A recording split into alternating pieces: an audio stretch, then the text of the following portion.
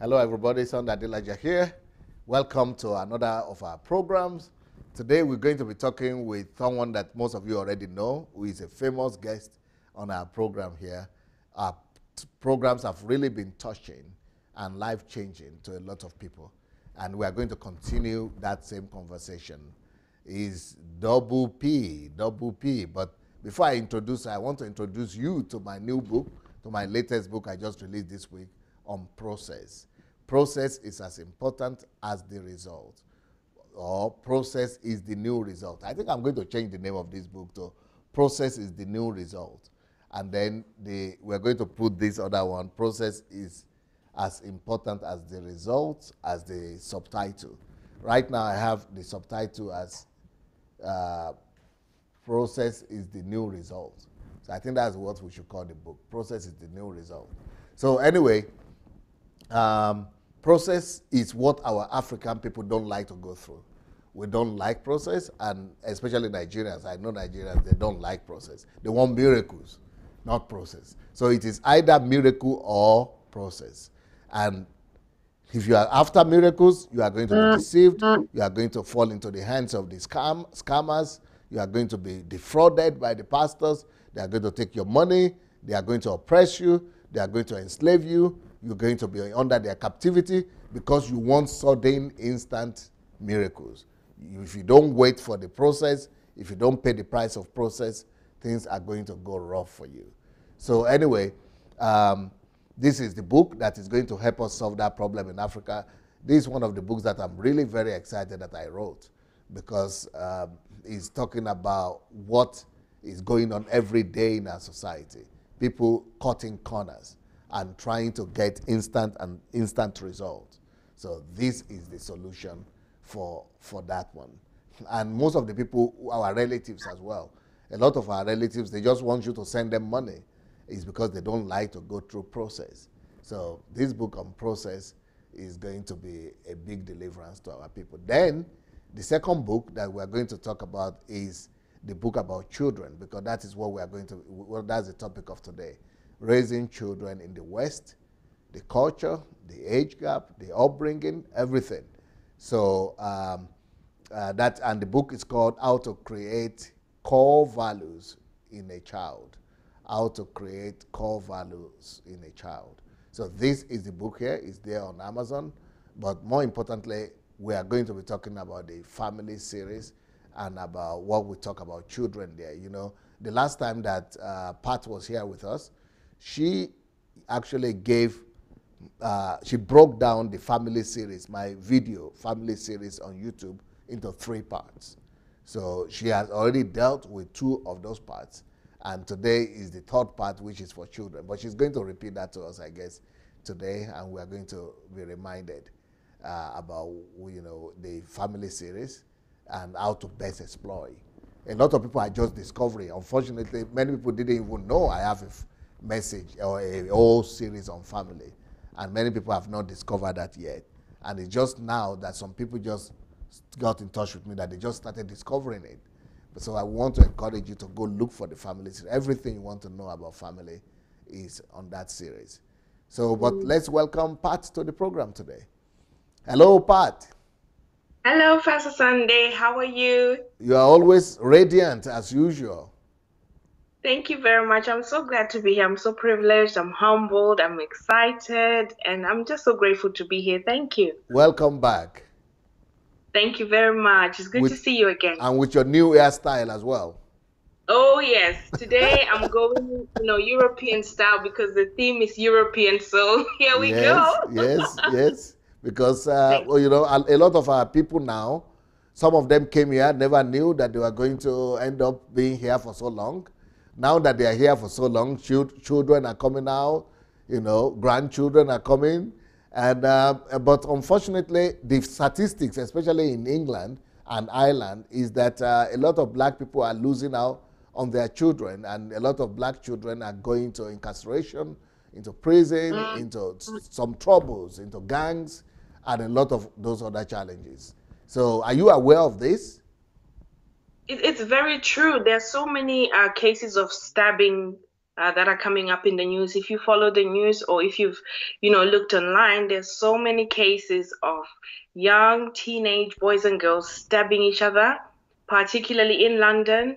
That's just increasing. Knife crime has become a serious problem, and it's prevalent amongst our community, amongst the Black community, amongst the community of migrants. So it's something that needs addressing. As well, we see radicalization of young people into different religions that are, fanatics and things like that. And again, it affects our migrants, the people who, first or second generations of parents or grandparents have moved to Europe. So there's definitely, indicators there that there is an impact on children, perhaps one that parents might not be, aware of, the extent of the impact, but there definitely is an impact on children, grandchildren of migrants in Europe, and it's a crisis at the moment. Do you think the family series could be of help to parents? I think the family series is key. It's very key in my opinion. And also in my personal life, I found it very key because, if you're born in Africa, like myself, I was born in Africa and I was raised to African parents, and not the typical African parents, but however, the society in which, I find myself in now, perhaps around Africans, I realized that, the African core values that, typical Africans will have are not the values that my parents had. So I tend to get the reaction that you're not an African. You're not an African. You don't understand when I'm relating to other Africans. So even within Africa, I can identify and I can confirm for myself that, it's a challenge for me being African and being around other Africans because there's so much that we don't understand each other. And I personally experienced that in my former marriage, where there were so many conflicts and problems due to culture. So I can definitely confirm that the family series is a big, essential tool. It's loaded with nuggets. It's loaded with information.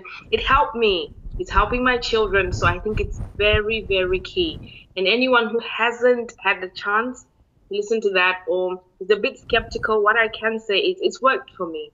And all I ask is you give it a try, go through the topics and just listen and pick up, a few things from there. It would definitely, definitely help. I can't emphasize that enough. It worked wonders for me. What about if somebody, I'm afraid that if anybody goes to the family series on YouTube, they will be so scared and intimidated just by the sheer amount of messages that are there. Yeah, I must say, when I looked at it, I thought 119. So to be fair, 118, and then the final one is more like a Mother's Day dedication. So yeah, these 119 videos, it sounds like a lot. It seems like a lot. But if you compare the amount of time we're on Facebook, if you compare the amount of time we listen to music or just chit chat, I mean, it's nothing. It's nothing. And again, you don't have to take it at a go. You can break it down. Even today, I mean, it's been 2 years now, but I still take my time in processing the family series. There are some topics that I go back to. I will take a month on just 1 hour of teaching, listening over and over. What am I missing? What can I learn today? So it's something that you can actually listen to over a long period of time and take your time, not feel any pressure and not feel intimidated. And the good thing about the family series, it's audio. So you don't have to sit there and read a book for an hour or two. You can actually listen on your way to work.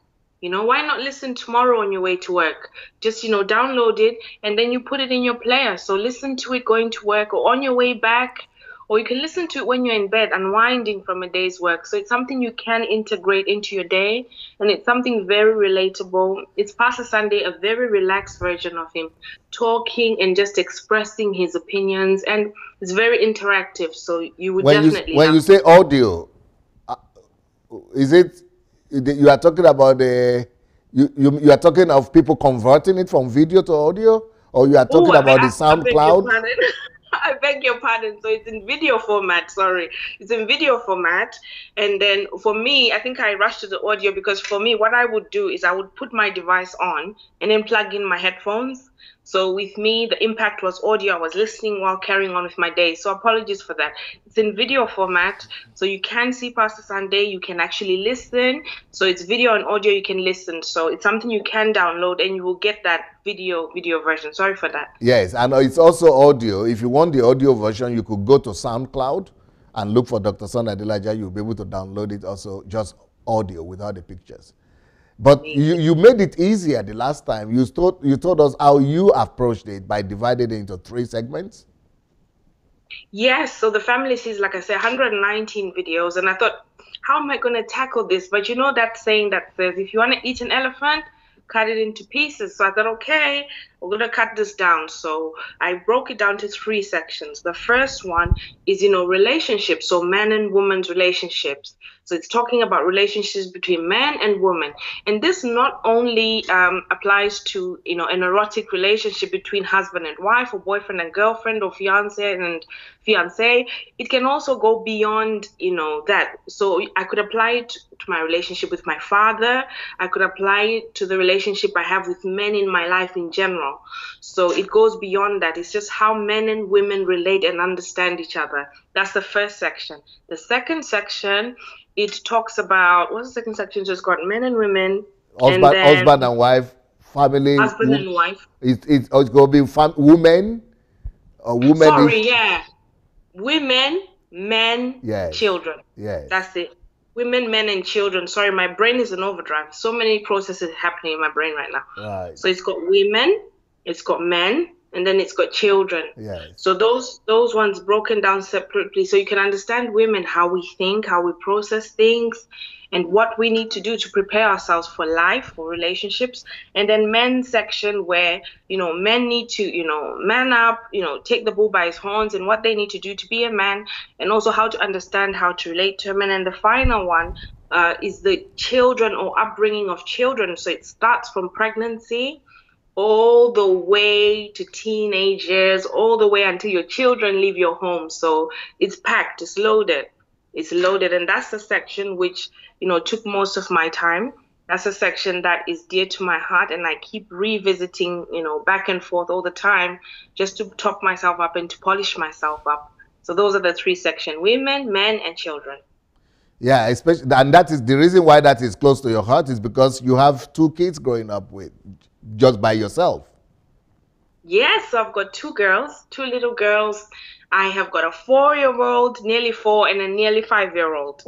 So I have 2 little people in my house. And speaking to you today, being on the program, they're with me in the house. And, they've come to the understanding that I need to be on the program. And they've got their own schedule, and they're following that. So they will be, following their schedule while we're doing this. How did I get there? Because of the tools I picked up. Because this is almost impossible. Even yesterday, we had a program and only 1 kid and a lot of noise in the background. Wow. About the same age as yours. Yet it's like impossible to control. So how did you get there? First of all, I must admit, I never thought there was possible. So to take you back, I was in a place where I thought, so I have no life until my children are older. There'll be chaos and noise everywhere and a mess. And yeah, I'm done for really for the next few years. But as I went through the series, I thought, hang on. My life doesn't have to be on pause because I have children. My life doesn't have to be on pause because I'm a single mother. My life doesn't have to be on pause. There should be another way around. So listening to the family series, it gave me that understanding that children are very intelligent. Children are very intelligent. And because they're intelligent, they can adopt ideas quickly. And because they can adopt them, they can process them. And so with my girls, I began to do small tasks. For example, when I'm doing the laundry, loading up the washing machine, I watched the children's behavior. So they noticed that dirty clothes go into the washing machine. And this is when they were like 2.5 and 3 years old. 2.5. So the other one's 2.5, the other one's 3.5. And so one of them, was eating, had an accident, food on their clothes. And I said, well, we need to clean that up. And she said in her own words, Mommy, I need to put in washing machine. And I was like, okay. So since we know that, we're going to give that a try. So, I dressed her up in fresh clothes, gave her the old dirty clothes, and asked her to go and put them in the washing machine. And she did. And so from that point, that affirmed to me or confirmed to me what I learned from the series, that they can understand the process. Dirty clothes go to the washing machine. Not to say my children have to do the work, but just to be responsible for themselves. So when we got that done and we practiced that value, then I thought I'm going to implement some more. Let me try and push the boundaries here. So I said to my children, every day when it's 7 o'clock, you have a bath. And I asked them to repeat that after me, and they did in their own little words. Mommy, at 7 o'clock, I had a bath, which was funny because I thought they didn't get it. And, once it got to 7 o'clock, I would switch every device off. I would switch the lights off, and I only keep the lights on in the bathroom. Okay. And so I remind them, what did mommy say? In the beginning, they didn't get it. The first day, they were just looking at me confused. Second day, third day, once I start switching off the lights, they would automatically walk to the bathroom. So I was like, you know what? This is my key out of, being overwhelmed and being stressed out. And so every 7 o'clock, 7 p.m., my children are in the bathroom. Sometimes I'm busy and I'm doing something and, I realize, 7 o'clock, as soon as I hit the light, they're waiting for me. And one of the days they said, Mommy, waiting for you. Because they know routine now. They're young, but they know the routine. So speaking to you right now, I can confirm to you my children are in the house. No, I do not have a childminder. They are doing their own routine and program, and it's dead quiet. Simply because children are intelligent. You don't have to be afraid of parenting. It's just simply about putting rules in place, practicing them, going them over and over, and children get it. So I began to expand that. So not only 7 o'clock are they in the bath, 7:30 it's time to read and talk. So I did the same thing. So I let them play in the bath for half an hour, do what they want, have fun. Once I switch off the light, they know that the light that goes on is in their room. So that says you need to go to your room now. Straight away, they'll go to their room. I give them a massage. I give them books, and we read and talk. So speaking to you now, I used to do that with them, but now I don't. Because as soon as they come out of the bathroom, they'll go to their room and they'll, Mommy, can you bring our books now? I bring the books. They read themselves to sleep. They talk to each other about what they're reading. And I have a blissful half an hour to myself. I'm not stressed out. I am not overwhelmed. So I do have a co-parent, and that co-parent is called values. Where did I get them? I got them from the family series. So if you're a parent, whether you're with your partner or not, you can make parenting easy. Parenting does not have to be a headache. Parenting does not have to be overwhelming and painful and scarring for you.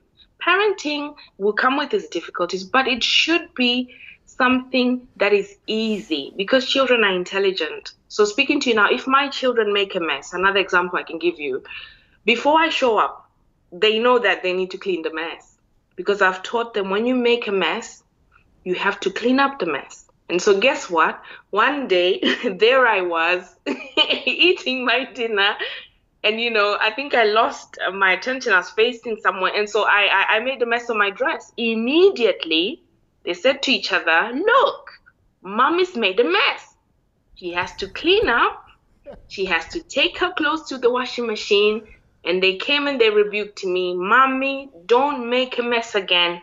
Tidy up now, please.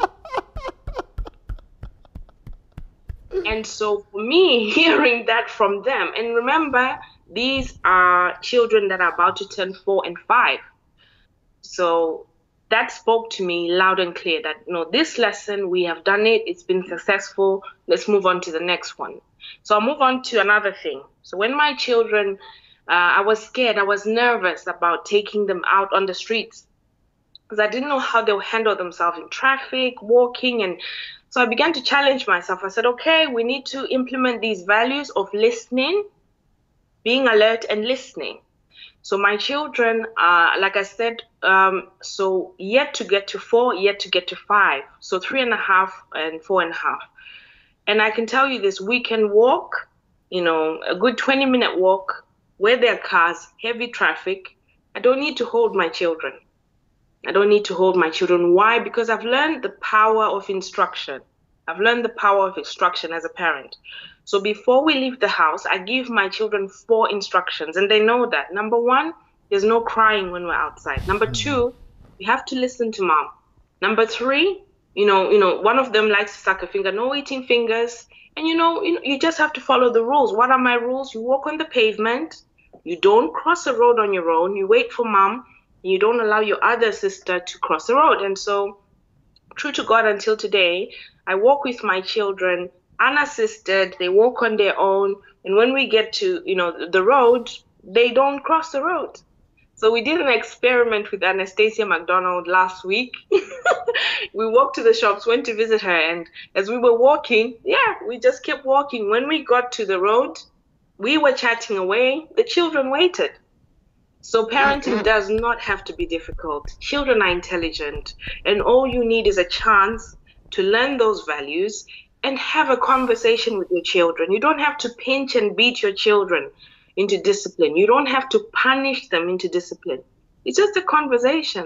So, for example, getting on this program today, I had a conversation with my children, and I said, Mommy is going to do something, and I need you to do the following. I need you to read your books, play with your toys, and if you feel tired, you can take a nap. And speaking to you now, they've read their books, and I can hear it sound, it's quiet because they took their nap.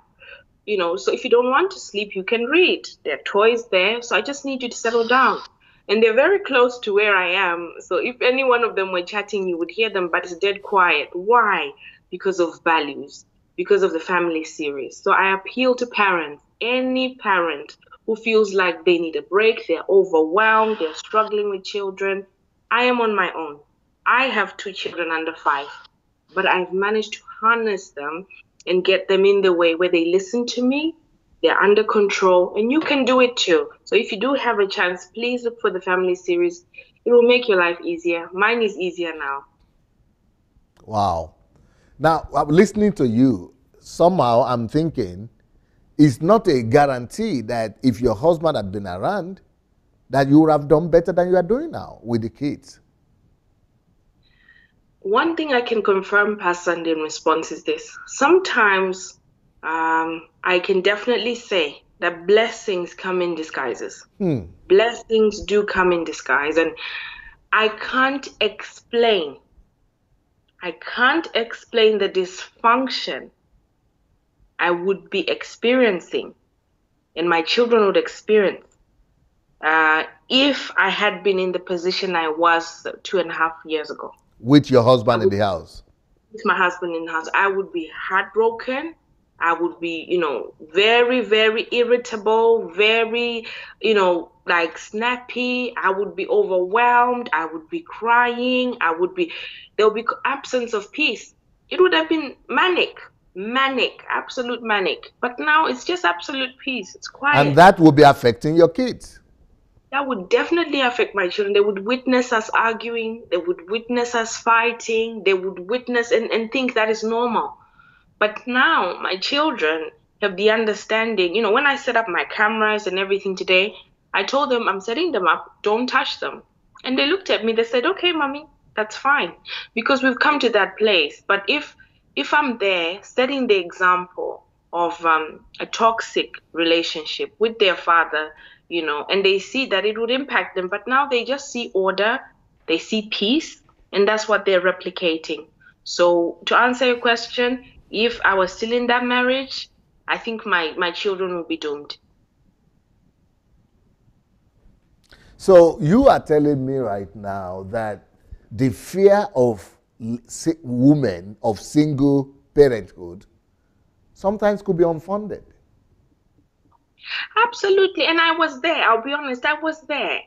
I left my ex-husband at 6.5 years, and I could have tried to leave him sooner, but I was afraid. I was afraid. I was unhappy. I didn't want to be there anymore. Everything else, was true. But what held me from leaving sooner was fear because my children were small. How was I going to cope? How was I going to provide? How was I going to take care of myself and them on my own? It was fear. But And then in a foreign land. in a foreign land, I'm from a small family. I only have one sister, and she doesn't live in this country. She lives in Germany. So with no one to babysit for me, with no one to come if I'm feeling sick. But you get to that point where you cannot allow yourself to make decisions based on the fear of the unknown. You have to give yourself a chance. And so I must admit, I was afraid in the beginning. But once I gave myself a chance, I wondered what I was fearing because there was nothing on the other side of fear. On the other side of fear, there is something called process. On the other side of fear, there's process. That's all that's there. It's just steps that you need to take to get to where you're going. That's all it is. Some of them are difficult steps, but what I can confirm to you, the fear of jumping is bigger than, the work you have to do to get there. The fear is bigger than what you need to do. So don't let the fear make you decide otherwise. If you're unhappy, if you're scared, if you're not safe, it's worth it to take that jump because the peace you'll experience. I mean, look at me now. I was just talking to Anastasia before I got on the program. She kept telling me, you're glowing, you're so happy. Everything about you You is are just so, radiant and peaceful. yes, very peaceful. A little bit too peaceful even. And I can't believe my life today. All because I decided to take that step. So it's not scary. It's not scary. It's possible. My children were very small. When I left, the youngest had not yet turned 2. So I had little children. Little children. I live up a flight of stairs, and I remember my children couldn't walk up the stairs. So I had to carry both of them in my arms to go upstairs. And so when I go shopping, I would bring the trolley down, both children upstairs, and then come back for the shopping. But trust me, that was difficult, but it was not as difficult as being unhappy and wishing you were dead. It's life, and it didn't last forever. It doesn't last forever. After a year, my children could walk up the stairs. Now they run up the stairs. They go faster than I do, and they're happy. I see my children so happy. So what I can say is it sounds scary. It can be, frightening to decide or to think about that. But on the other side, there's a beautiful life. That does not mean you might not face challenges, but you can do it. But I know a lot of women that remain in unfulfilled relationships, and the argument they provide for that is that because of the kids, because I don't want the kids to grow up without a father. So they now use that as justification to remain in that marriage, even though the kids are witnessing all the conflicts, all the dissatisfactions, all the uproar, and all the crises out there in there. But they still think somewhere, I think it's coming from tradition, that no, I will endure all this. I would rather go through all this than to have these kids without a father. Absolutely, absolutely. This is something that, speaking to the ladies and also looking at my life, I'll be honest with you. I grew up and my parents were together and they're still together now. So when you look at it and think, wow, I had both parents and my children are going to grow up without one, that's not fair. Another one you think about is what are my children going to go through when it's Father's Day or Mother's Day, if it's a woman who's left, or you think about all those. Are they going to be wholesome because they're going to miss out on something? But what I can confirm to you is something that Dr. Phil said. He's a clinical psychologist, and he said children would much rather, grow up, and have the experience of having had a broken home than to grow up and live in a broken home. So the damage, the values that children see, the sounds they hear, the events they witness with their eyes and remember in their hearts. For example, if the father is beating up the mother, children seeing that image of a mother bleeding and being punched in the face, that remains with them for the rest of their life. So keeping that abusive husband or abusive wife is keeping a trail of abuse in the minds of your children. It's like engraving it, that this is what you do when you're upset. And then if you're a woman, this is what you tolerate to keep family together. But that's not a value you say with words, but that's one you affirm with actions. So remaining in an abusive relationship or in a toxic one, or even an unhappy one, you're just leading by example to your children that this is okay. Number two, you're leading by example that this is normal. You're also leading by example to say this is what you do in relationships. So that needs to be broken, because when our children get injured or we get injured, we go to the hospital, we get help. If you've got a toothache, you go to the dentist. So if you're not happy and you're being abused, you walk away from that. You don't tolerate that. So that's a value that we need to teach our children. That is more important. And I think the biggest value that you can pass on to your children is to love yourself, or for your children to love themselves. What does that mean? Love is the most powerful force in the whole universe. And love is so powerful that the Bible says is stronger than death. So what that means to me, what that tells me as a mother, is I tell my children that, love, is the primary foundation for everything. And because you love you, God loves us, so you have to love yourself. And you have to love yourself enough to walk away from anything that does not promote your well-being and anything that does not, contribute in your life in a loving and healthy way. And that includes, relationships. And I'm more than happy to walk away, from my children if I'm distractive to them. I'd rather be taken away than be present and create a life of hindrances. In the Black church, if you like, they talk a lot about generational curses. And in my understanding, generational curses are just simply behaviors and attitudes that are passed down from one generation to another. Behavioral patterns, like we were speaking about in the family series. Absolutely. So if grandfather was beating grandmother when he's upset and treating her badly, then his children witness that. When they get older and they're upset, they do what they know. They revert to what they know. And that's passed along. So if you want to break that cycle, someone has to say no. If you're upset, you have to take a walk and relax. If you're upset, you need to go and kick, a football or something. You don't take it out on me. That's not how it works. That's how you stop that generational curse. So in my opinion, I think that, the family series is so key. It's so key. And I can say to men and women, don't be afraid. Children are strong, and children are well capable of surviving with one parent and without the other.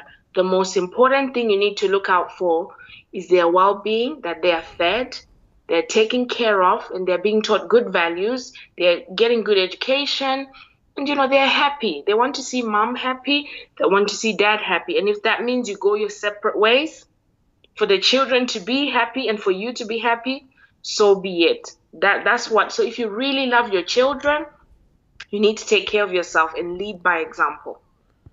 Well, you spoke about beating, battery, like physical. But a lot of families don't experience beating, especially in Europe. But they do experience something that might be as bad or maybe worse than beating, which is moral abuse and psychological abuse. Now, tell me, what does that look like? Because you've been there. For a mother in the house not to be happy. So if a mother is not happy because she is bleeding inside, weeping, bleeding, just horribly feeling bad inside, and she's trying to raise up those kids, what are the effects? What are the possible, how bad is that? Is it just as bad as when she's been beaten physically? And is it just preferable for her to walk out and live in peace like you are living now than tolerate that and still trying to bring up healthy children? You know, this is something so dear to my heart because I experienced it. To anyone who's watching the show and is not sure of my story, I've shared my story before. I was in a very dark, dark, dark relationship. But your husband was a pastor. Yes, I was married to a pastor, so I was pastor's wife, and I experienced a lot of emotional abuse. I mean, for me, it was maximum. I got to a point where I said to myself, it's better for me to die than to live.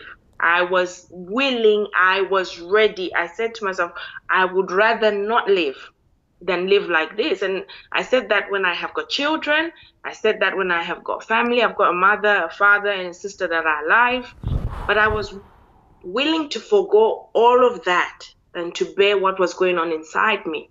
So I'm saying this not to underplay anyone who has faced physical abuse. I'm just sharing my opinion with psychological, mental, financial abuse, emotional abuse. The most painful thing is no one can see your pain and your scars. So you may have makeup on, you may be smiling, you may be smelling good, but there is no trace of the lethal scars, the lethal brutality that is happening to you on a day-to-day basis. So I have some people today, for example, who don't understand why I left. Like, you just left. What happened? You were okay.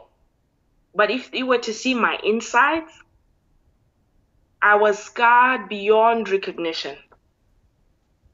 And the point, the height of, what marked or what affirmed to me that is gone far is when I met my friend who I knew for over 18 years. So I hadn't seen her in 18 years. And I flew over to Germany, went to her house, and when she saw me, she wept. When she saw me, she wept. Not because she missed me, she did. But she said, I can't recognize you. I know you. What happened to you? And immediately, she left my presence, went shopping, and she came with clothes. And she said, before we can talk, change your clothes. And wear these clothes. And I said to her, it's not like, my clothes are torn. But she said, no, this is not you. I know you. I took those clothes off. I was crying and I put on, because she knew me. I was the girl who always had my nails done. I was the girl who had the latest shoe in fashion, walking in 6 inches. But I had come down to this girl who looked homeless. So that is the extent of what emotional abuse can do. You lose yourself totally. You lose your confidence. You lose your joy. You lose your peace. You become like a puppet in a puppeteer's hands. You're told what to wear.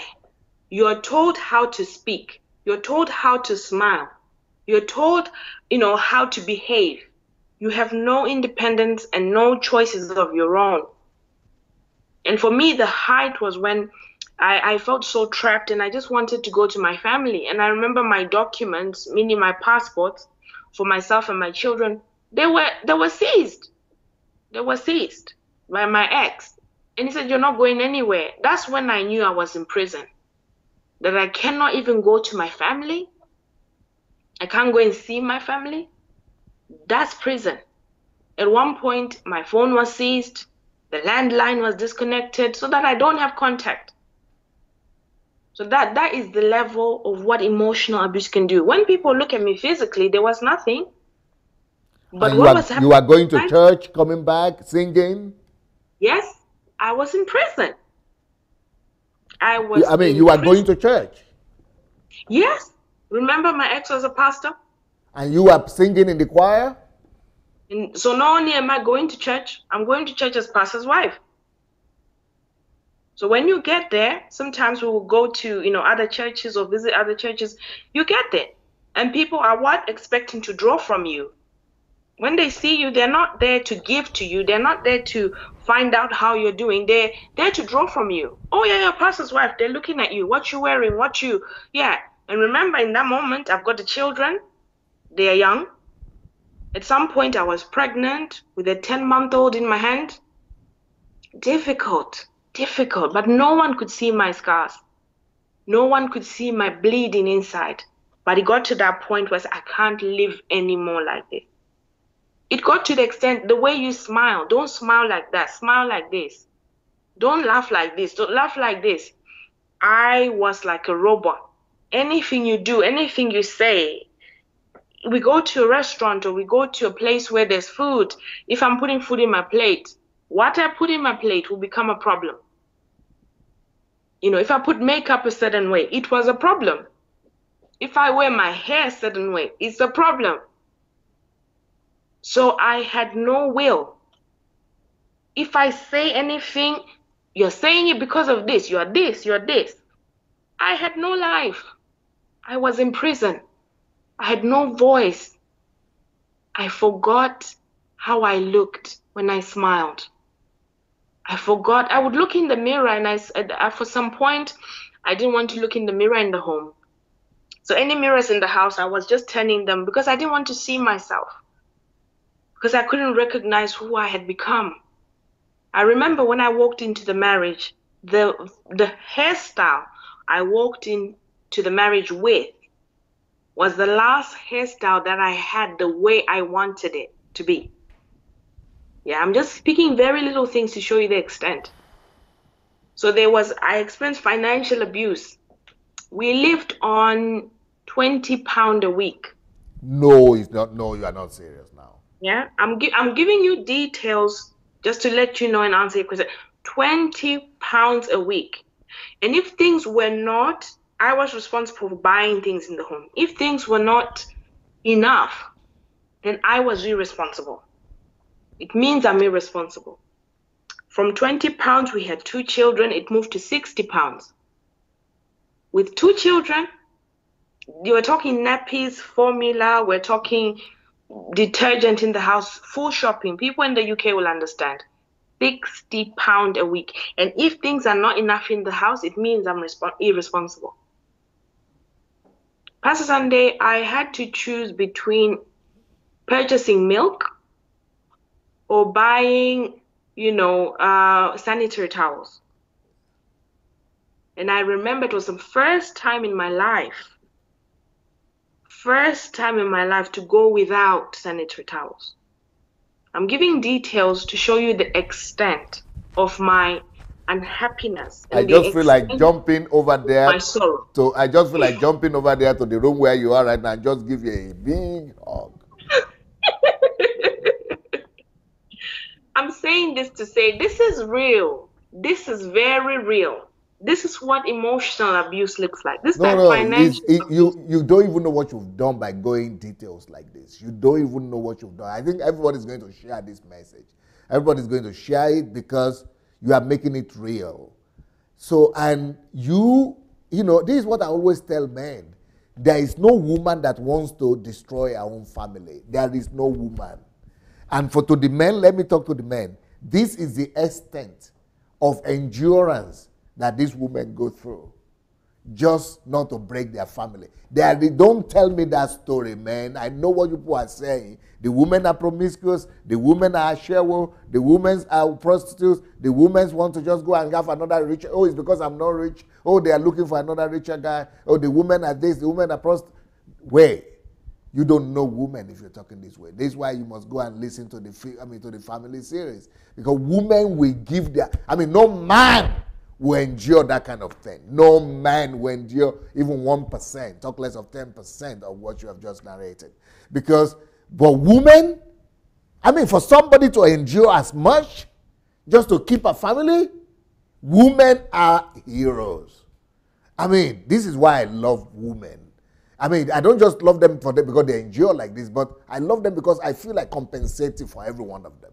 I feel like because you know what I say, I want everybody, men especially who are looking, especially husbands. You know what I say, my own vow to myself and to my wife? is that if my wife is not smiling in a day, I don't go out that day. If my wife is not happy, I don't have the right to go out of the house. Because why will I go out of the house to go and act, to be an actor? If my own wife at home is not smiling, why should I go out? I don't have the right to make any other person happy. I don't even have the moral right to make any other person. I don't even have the capacity to make any other person happy. And I'm in the business of making people happy. So I cannot leave my house if my family, if my wife is not happy. So, but for you, I didn't even know, I've listened to you, but I've never heard. I never could imagine it's as bad, basically. I mean, I couldn't imagine it's as bad. So what I'm hearing you say is that psychological, emotional abuse could even be worse than physical battery. Honestly, Pastor Sunday, even I was speaking to Anastasia McDonald, and she really got upset when I was sharing, because she said to me, you've never said some of these things. Wow, how could you go through that? And I said to her, the marriage was bad, but there's another side of the marriage that was dark. And that dark side, that door, I closed the memories of that door. And it takes the grace of God for me to go there. It takes the grace of me to go there, because it's really difficult, but I have to go there. I had to say to God, this part is hard, but you have to go there, because this is what people are facing. I'll give you more examples. And again, I say this not to downplay my ex, but I say it to liberate any woman who gets there. I have to say it, okay? Another thing I can give to you, I am a big girl. I'm a size 18 girl, so I'm a plus size girl. And I remember when I got married, I was like size 16. So I was one size lower than I was. And so I went one size up when I had my girls. And so I was pregnant 3 times in a row. So within 3 years, I was pregnant 3 times. The first time I miscarried at home, and I, delivered whatever was inside me and everything. And my ex saw everything, took me to the hospital, and he didn't want to talk about that ever again. And so he was in denial and kept saying, you're making it up. You're making it up. So I was in pain. Remember, it's my first pregnancy. I've lost it. I feel the emptiness of having a pregnancy and losing it. And the very person who, I was pregnant by and we're expecting a child together, then denies it. That was painful for me. That was very difficult for me. So I lost a pregnancy, and he was in denial about that. And the first time he admitted that is when the children were christened 2 years later. And he just said that on a pulpit, that we lost a baby. We want to thank God we now have kids. Nothing to me, no, are you okay? What you went through? To me, it never happened. You're making it up. So I don't know whether that was his way of dealing with that, but that was painful. So losing a pregnancy, losing a child, and you go through that on your own, your partner tells you that didn't happen. Painful. And then after that, I got pregnant again, and the child, I gave birth to at 5 months of pregnancy. I was under a lot of strain and stress in that marriage. I was working until the last day of childbirth, and I gave birth, and my baby was born 4 months early, so I was in hospital every day. And I got pregnant straight away. So I was carrying number 2. And, I remember in the hospital, he came and he said to me, breast milk wasn't coming because obviously the child has come so early. And he said to me, this child needs milk, you don't be lazy and blah, blah, blah, blah, blah. Basically, it's my fault that the breast milk is... All I remember, Pastor Sunday, I've lost one child. You're in denial. You're calling me, I'm lying. I'm everything. I delivered the child myself in the house alone. Very painful, traumatic. I then have child number 2. She survives at 5 months of pregnancy. I'm in the hospital. I'm trying to express milk. No milk is coming. My baby is about to lose her life. And you stand there and you say, I'm doing it on purpose, and call me names. I exploded. I erupted. I shouted at the top of my voice. And I said, get out of here.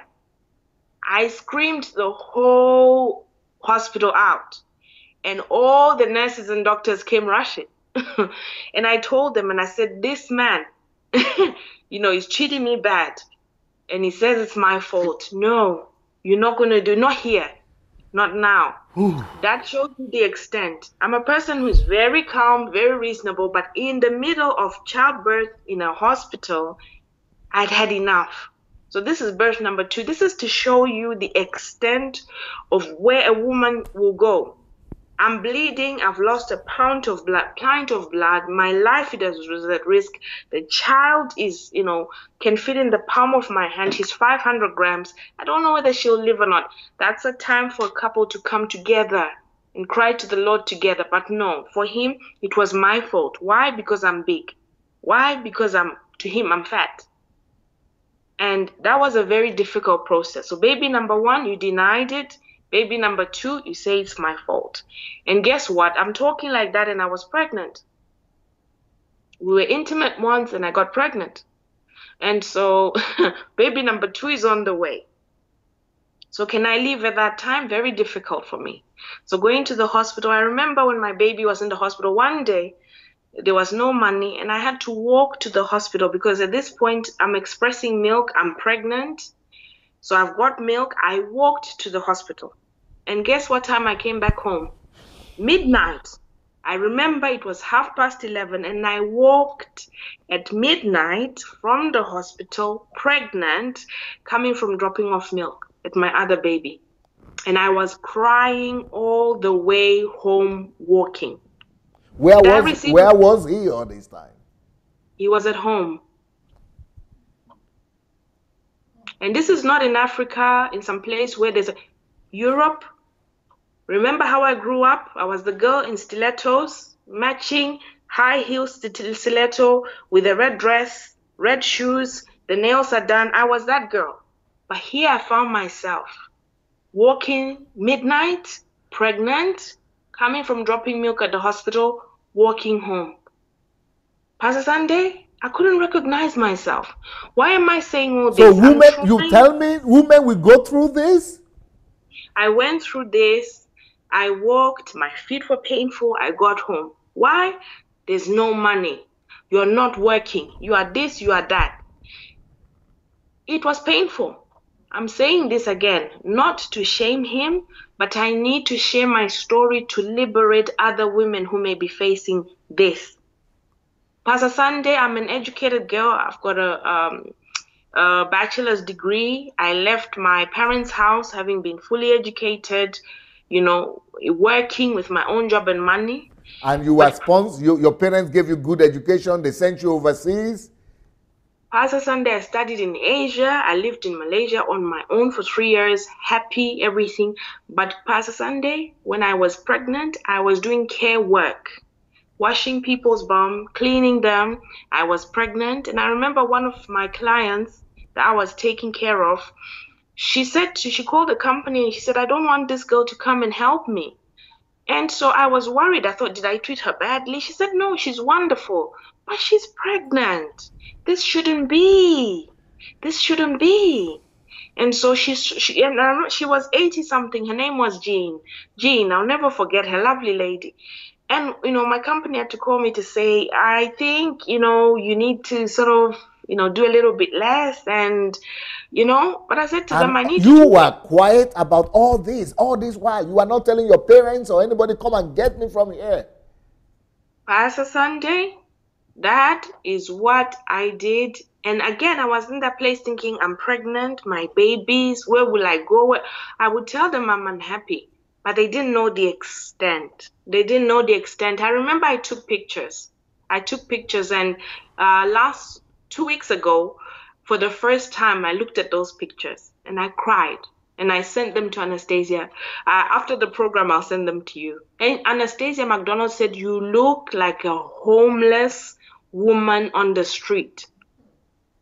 That's what she said. She said, you look like you are homeless and you're on the street. And I showed her a picture of me before when I was happy and a picture of me now. She said, I can't recognize the person in the middle. So that's how I looked. I wish, I could So have a done that woman long. will go through this, will not call to the mother and father, come get me now. Women, men, everybody that's watching this, especially the men, can you please look at your wife or your ex-wife in a different light, please? Please, please, please. Mm, mm, For a mm. woman to walk out, for a woman to say, that's it. Hi. Pastor Sunday, all I can say to anyone, like you said, I can appeal and appeal once again. If you're having problems in your marriage, it is normal to have challenges. Marriage will not go without, but please don't become each other's enemy. No, but before Please. you are talking about enemy, but what I would say is that no woman has to experience what you have experienced. No woman. No, What I would no. say as a man is that you don't have the right to endure that, because when you are enduring that, you are giving a slap to your creator. You are allowing them to spit on the face of your God. The Bible says that women should be honored as the weaker vessel, because she is a co-heir of all that we have in God. She's a daughter of God. She's a princess of God. She must be treated as a princess. And if you are being treated less than that, and not just by accident, one instance or a mistake happened, or a problem, not one time. If you are being treated less than a princess, regular basis, you don't need to try to keep that family. You don't need to endure that. You don't need to remain there. You need to come out, run for your life, and build your life with God.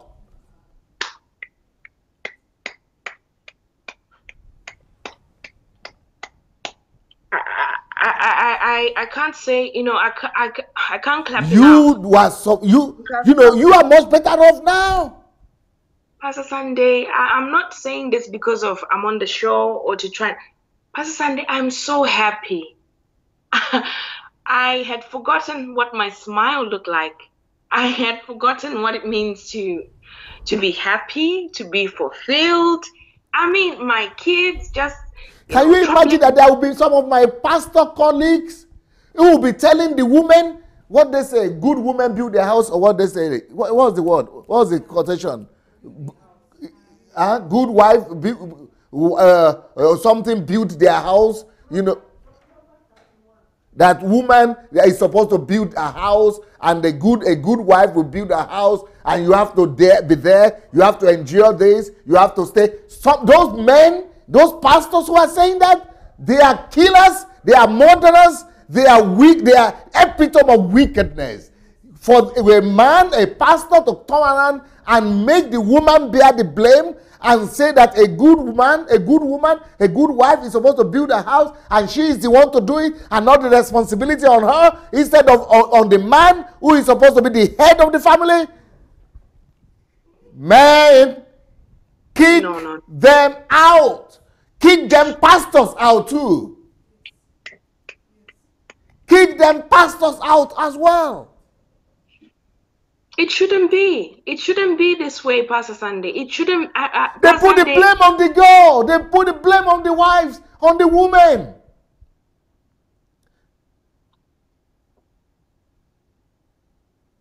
Pastor Sunday, I think they must be arrested. These pastors should be arrested. Who said that? Who tell women to keep on in an abusive relationship? You are a co-partner in arms, or in danger, in crime. You are facilitating crime. You are helping to crime.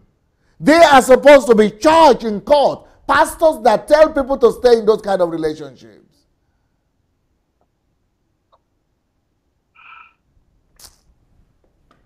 I'm sorry.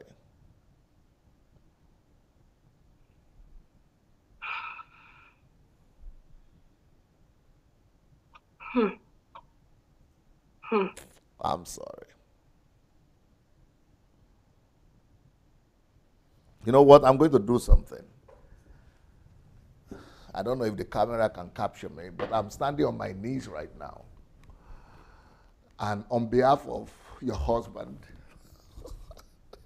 and on behalf of all men,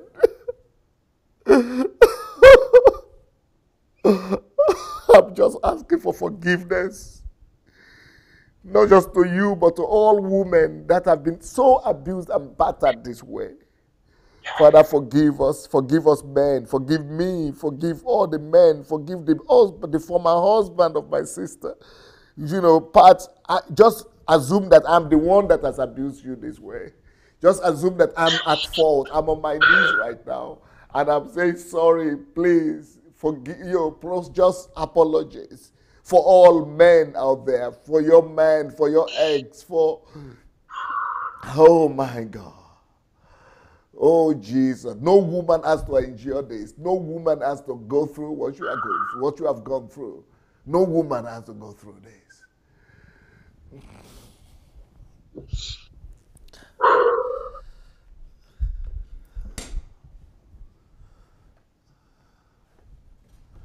This is.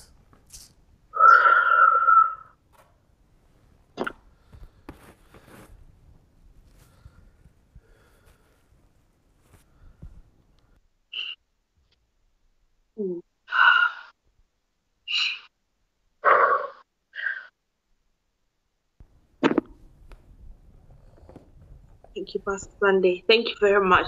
That means a lot to me. That means a lot to me. I'm very grateful. And just hearing those words is, whew, that's something that I haven't heard. And yeah, I'm struggling. I'm struggling just to receive that. But I'm going to allow myself the time to really open my heart and allow what you've just said to pour into my heart. I really appreciate that. I really receive that. And I accept your apology. I accept your love. I accept it. And I accept it. And and I'm so glad you are there. And I take the opportunity to say, to my ex through you, that I forgive you. I forgive you. And I want to thank you. That means everything to me. Thank you.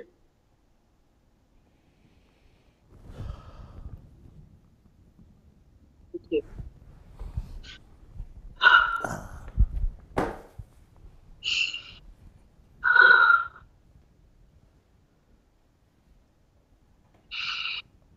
Very grateful.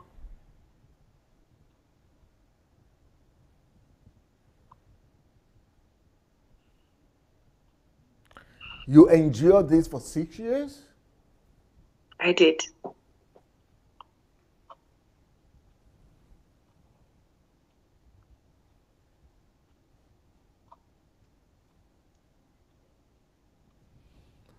No, I think all men that are watching this or that are going to watch this, we all just need to go back home and apologize to our wives because we are hurting them in more places than we could imagine.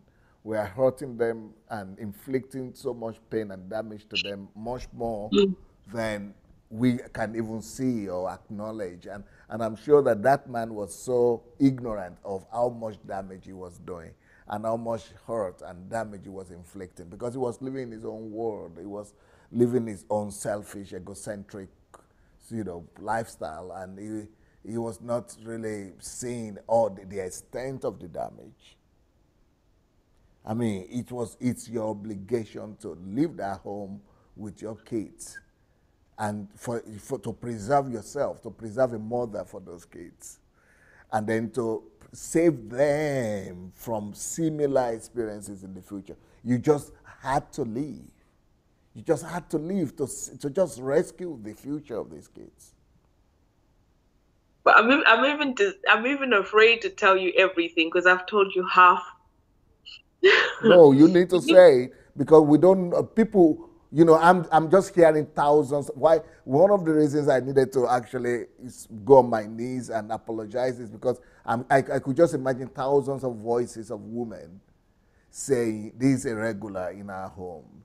And that's why whenever any segment, any episode that you mention just brings people, more people to identify with what is going on and bring healing and a way out to them. So it would be good for you to just go ahead and tell some of the things that you have gone through, what women go through, so that those women could be able to identify, and they will be calling you. And I want to tell all those women that you could go to Pat's Facebook page, and that is her Facebook page. You see her name, double P. That is it. That is her Facebook name. That is her Facebook page. So just go to that name on Facebook. You will see her. She's the only one there with that name and that spelling. And you'll be able to write to her and get back to her. And all of you who want to call also, just go ahead and write to us right now to Facebook Messenger, Move Agents that you want to call, and we will call you back. But meanwhile, let's just keep on hearing some of the things God is leading you to talk about, because that is a chance, once in a lifetime chance to a lot of people. Thank you, Pastor Sunday. I want to go on and say we lived in a house. It was a 2-bedroom flat. Okay, we lived in a 2-bedroom flat.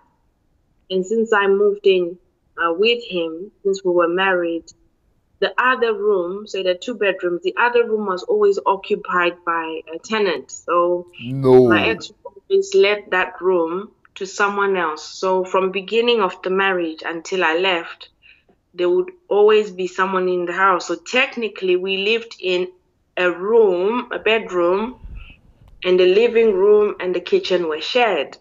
So by the time I was pregnant, had 2 children, I had girls. They're girls. So, unfortunately, the person who was renting would always be male.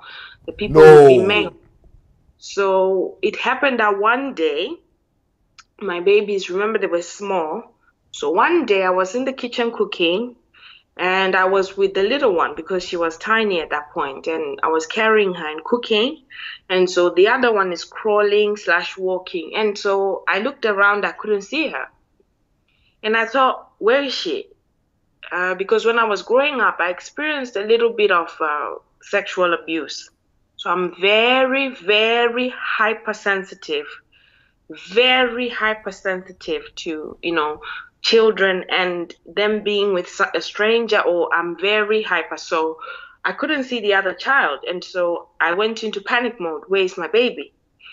And I looked everywhere, looked in the sitting room, nothing in the kitchen, went to the room. There was not, she had gone into the bathroom, and the man from the other room was in there, and he was urinating, and my daughter was in there.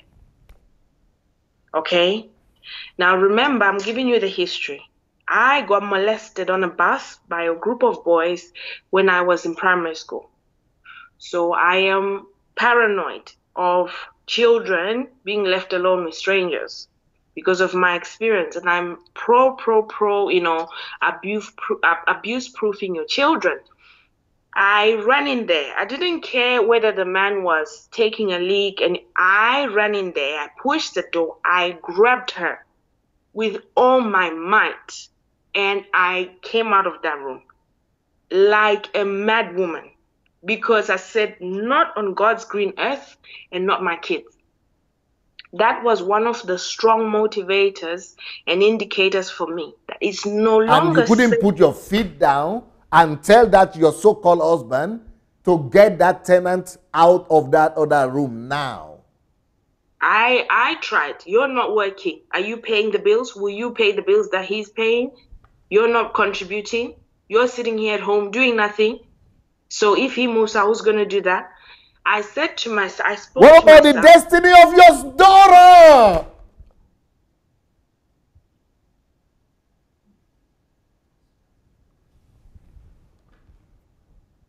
It's your baby. It's her life, her safety. If you like, move me to a 1-bedroom house. I don't mind being cramped up with my children. I want them safe. But how come you came from a family? I'm sure in your father's house you had more than 2 bedrooms. In my father's house, since I grew up, I always had my own room. I didn't share my room with my sister. We were 2 children. We had our own rooms. And yeah, we were comfortable. So how will you, and I would like to talk to ladies right now. All you ladies need to go and listen to my marriage series, my family series. Before you marry, these are some of the things you should never even agree to. You don't agree to go marry a man that is living in one bedroom and say, okay, we're going to grow together. That's the kind of silly stuff that I hear African pastors talk about. Okay, go and marry him from the start. And you are coming from a house. He's not providing you a condition that is even human. Minimum. With 2 kids in a 1 bedroom in UK. And not that you don't have the other room. You have the other room. You are giving it up. And you are saying you are not working. So, why do you come and marry me? For you to even think of marriage, don't you think that you have to feed that wife? You have to accommodate her? Is it that you are marrying her to come and work? To sustain you? The kind of thing, the situation, the kind of condition that you ladies didn't even have in your father's house, they are making you to go through that, and you are agreeing to marry such a man? I don't get it. So I would advise even the men that are watching to go and listen to the family series for the men. What it takes to marry. How you need to be. How much will you be prepared, and how to treat a woman. So you come from a family where you had a room to yourself. Yeah, so I'll take you back a little bit more and explain the accommodation. So this is when we've had children, yeah? We are now in that home and we're sharing. So I'm taking you back a little bit. After we got married, I went back home to apply to change my visa to a spouse visa. When I came back, Pastor Sunday, so I was at home for 2 years. We kept applying for the visa. And I was working. I had my own money. I was living with my parents, but I had my own money. My parents didn't buy a thing in the house because I was there. I said, no, I'll do it for you. I was that girl, happy, doing my thing. I love singing, so I'm a singer. I'm a musician, so I would go for my concert, perform in my town. If you show my face, they know who you're talking about. Not to blow my horn, but this is who I am. I came in. Pastor Sunday, to fly into my marital home from Africa, I paid for my own ticket. He didn't pay for my ticket. I paid my way. It's not possible. I paid my ticket. No, it's not possible. No. My ex has never. No, it's not possible. Since visiting, all my trips to the UK have been funded by myself or by my parents.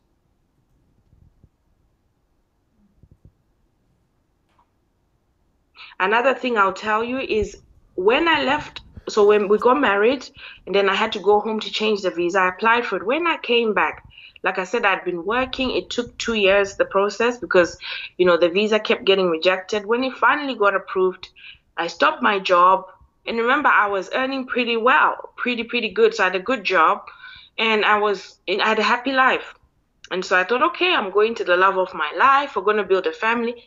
When I came, Pastor Sunday, from the airport, guess where I slept? I'm really sorry for this one. I was sleeping on the floor. What happened? When I came back, my ex had rented out, so the spare room was already rented out. Then he rented out his room. So he was sleeping in the sitting room. So when I came, I had to sleep in the sitting room on the floor. He didn't know you were coming? He knew I was coming. He knew the visa's been granted. But that's what I walked into. And I slept on the floor for about 8 to 9 months. 8 to 9 months. That had never happened in my whole life. Never. And you are a newly wedded bride? Newlywed, no babies, nothing. That was my honeymoon. I'm saying all this to say what I went through. You are a hero.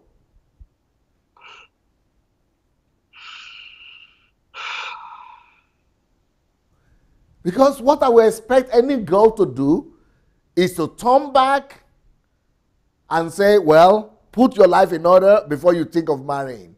And that is betrayal. That is major betrayal already. Even to buy your ticket is a betrayal.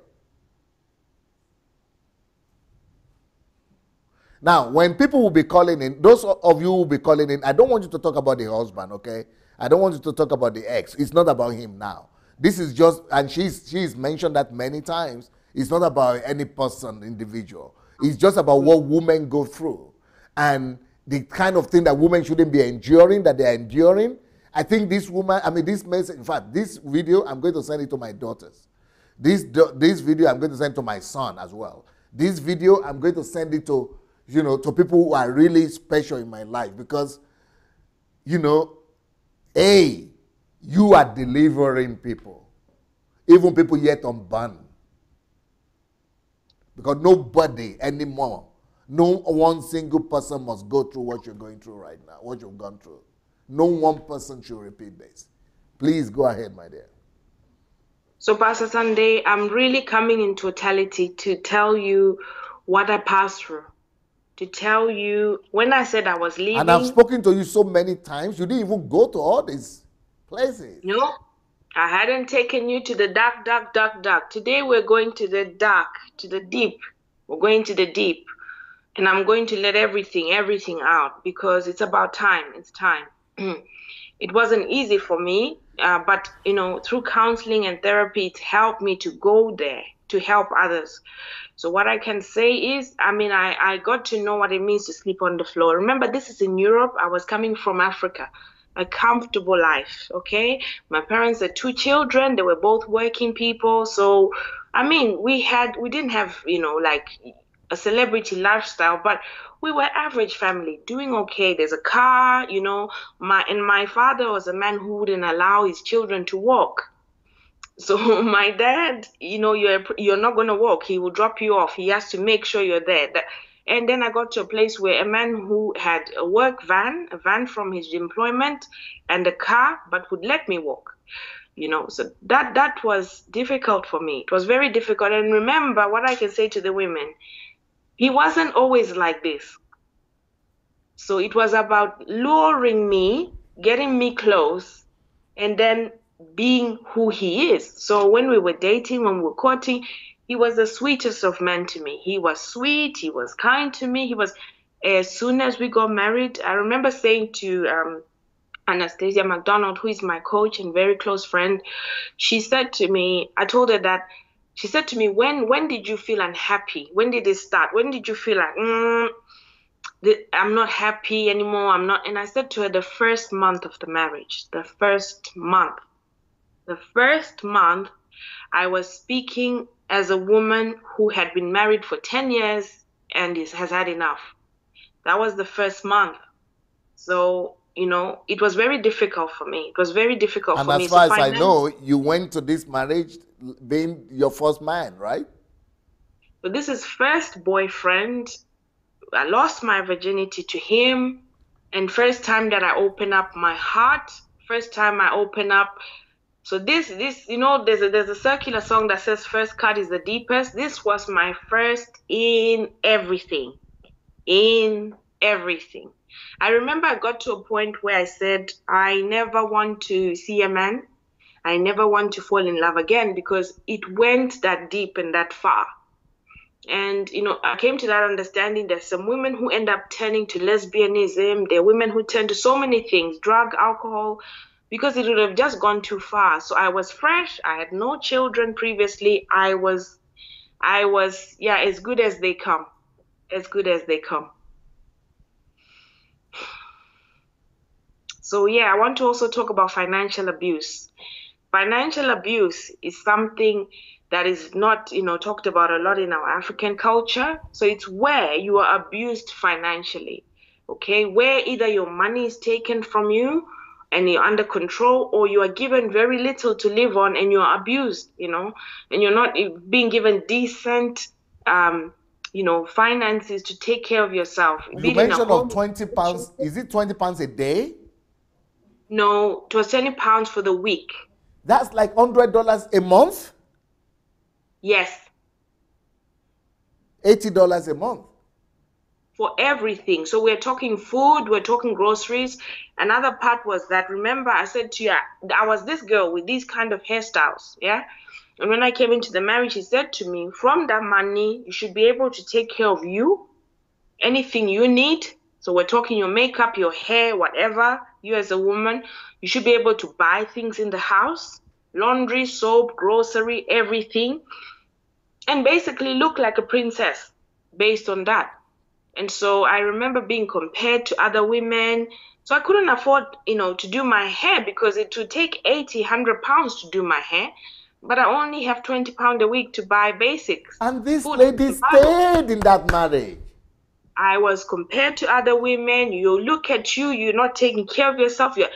Don't you know how to buy perfumes? Don't you know? Because I would buy the cheap ones, the £1 ones, just something. And this is coming from a girl who was wearing Armani perfumes, top of the range. And so for me, it was like a downgrade. It was like prison.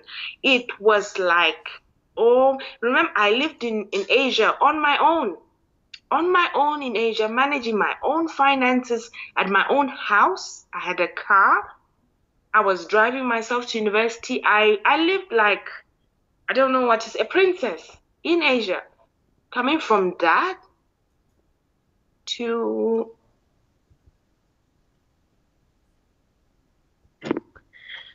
no woman has to go through these things. No single woman has to endure all this. None. Not even for one day. And people are being manipulated because of religion. God hates divorce, yes. But it's a totally different thing that God didn't forbid divorce. Because God said, if this happens, you can divorce your husband and wife. And then if the unbeliever, you can divorce your. Paul also said that you could divorce. So God is not against divorce, but he hates it. Now, who causes it is the problem.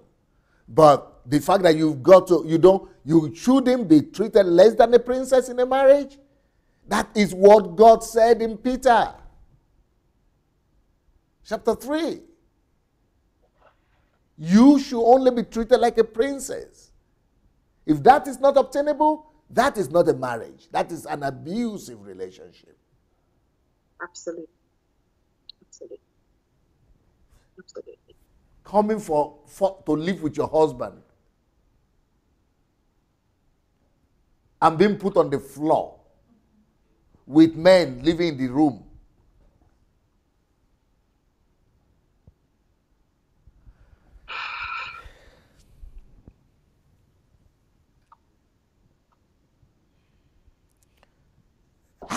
So women could survive things like this?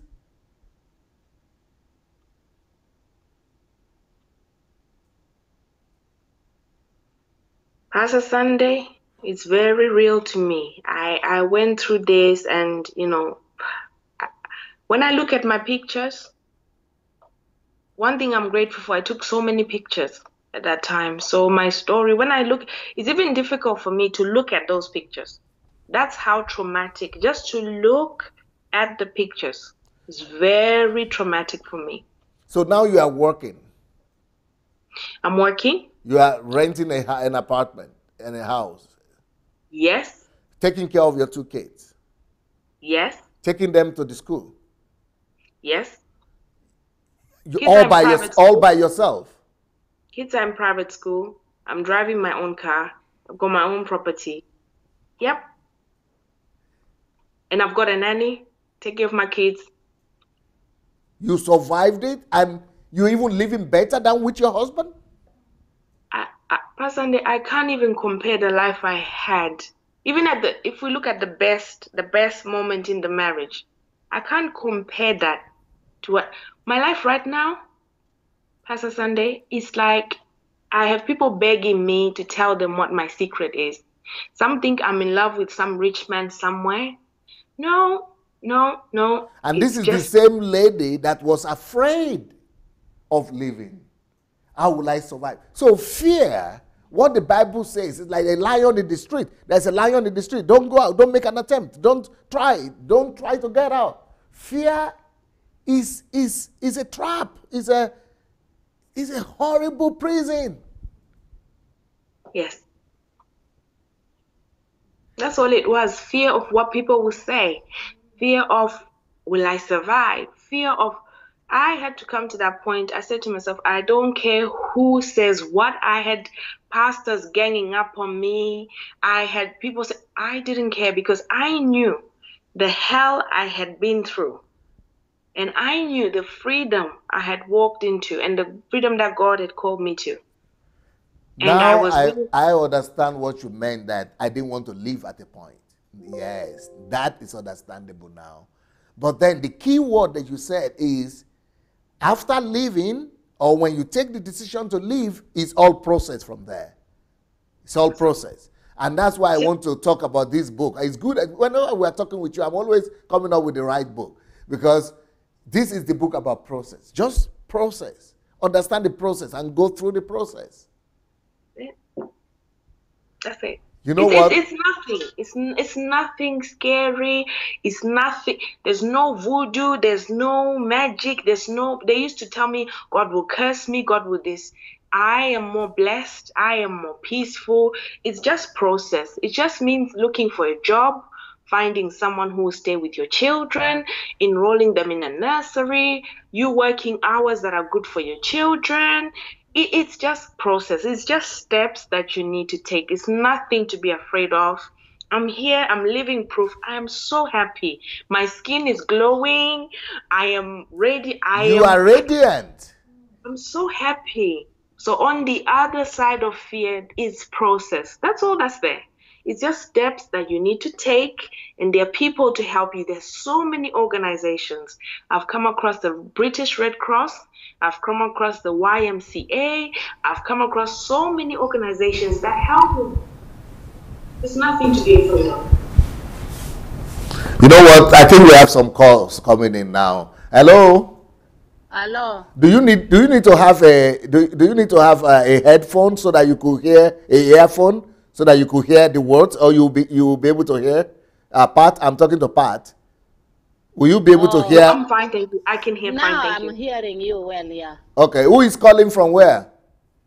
Angelina from America. Angelina from America. Yes, please. I want to hear your contribution, Angelina. Yeah. Yeah, I don't know where to start because I was been crying too.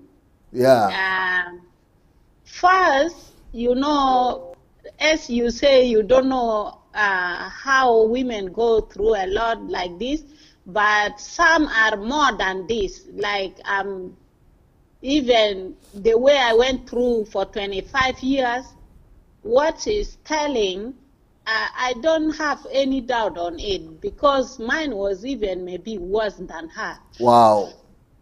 But I'm just praying one day maybe we women who went through this, maybe one day God will open for us, though we come one place and then share what we are going through.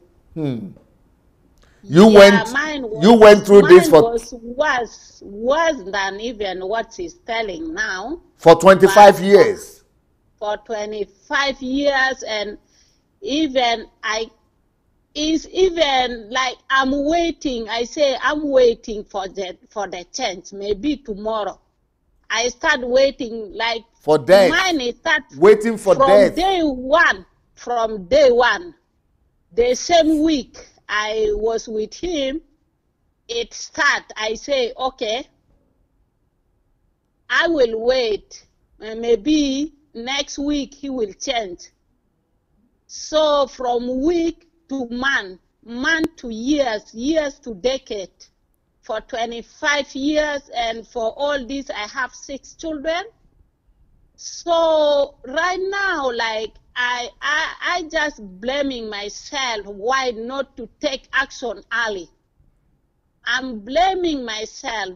Even right now, if I saw somebody going like that, the only advice I will give is, if what she's going through is good for her, let her bear. Otherwise, let her turn away and then see another way. Because like now, I'm blaming myself, and now I don't know what to say. My sister, you are like my daughter anyway. What I went through, if I start telling now, it needs a lot of time for me to tell all. Well, you know, I Angelica, went through even like to collect food in the garbage for my kids. And my husband is just keeping his money. And then he will go and sleep outside with other women while I'm going to collect food in the garbage for my kids. I will collect the food and then pray for it so that they don't get any disease. I will collect bottle and then go and sell that bottle. When we moved to America, my dear, I was sleeping in the car. I'm going gas station to warm myself. I'm now talking, I'm shaking because what I went through, I can't even say right now because I'm shaking. Angelina, I want to just congratulate you that thank God you came out of this. You are already out of it, and thank God for that. And your experience now and your story should liberate and set other people free. Yeah, like I say, if somebody realizes she's going through, let her turn her back away from what she's going through, because it will affect children too. Yes. Like right now, I'm out of that situation, but now I'm facing something different because my children went through a lot too. You see? And that is the good thing with what Pat has done. She's left early enough so that that destiny will not be repeated by our children. And that's one of the reasons to leave, so that your children don't have to repeat this kind of thing. Thank you so much, Angelina. Thank you so much, because we have other callers now. Thank you so much. Yeah, okay. Blessings. Welcome. And for those people who are calling, please go to Facebook Messenger and look for Move Agents and just write to us that you want to call. Yeah, Pat, did you hear that? I could hear bits and bobs. I didn't hear everything. She stayed in for 25 years. And she's regretting it now. She said she cannot forgive herself for staying that long. My heart goes out to her, because... And that she's now having another problem because the children that saw all that and went through all that with her, now she's having a problem with them, even though she had left the man. But now the problem is because she didn't save the kids on time. And the kids are now, the consequences of all these things are now manifesting. Oh my goodness. I'm proud of her for finally leaving. But unfortunately, these are some of the this is some of the prices that we pay, for not leaving sooner. And I can understand her challenge and the hardship of, wanting to go and struggling. But I can't echo this enough. High five to you. Well done for leaving. I know you have the mammoth task of now battling with your children to return them to sanity. But what I can say to anyone listening is these are some of the consequences of impact on children when we do not give a healthy example. It's very, very important. Now, here, if my heart just breaks, Okay, I think we have. Okay, we're going to see. We're going to have another. We have another caller coming. Meanwhile, we have a caller already. Okay, hello. Hello, dear sir. Yes, ma'am. Who is calling, please? Yes, sir. This is Mabel from Los Angeles. Oh, Mabel. Yeah, thank you for calling. Please make sure you speak louder and close into the device. Okay. Is it loud enough now? No, make it louder. Is it now? No, you need to speak louder. You need to speak louder. Okay, okay. Yeah, all good, right. good now. Okay, dear sir. This is what I'm putting out there now for you. Do you know how bad Christianity is now with these fake pastors. You know how bad it is. You know Yes. how their non-truth is, right? Yes. DSA, some marriages are worse than that. Wow. Is that bad? Yeah, is that bad? Some marriages are worse than that. I've been crying my eyes out here for this, my great sister. And you can see another caller that just called. We don't even know where to start, but please, after these fake doctrines, please, marriage should be the next thing. Telling the girl child who she is should be the next thing. And you can imagine what my sister went through for 25 years, the caller that just called. And you see the dangerous clause she put in there.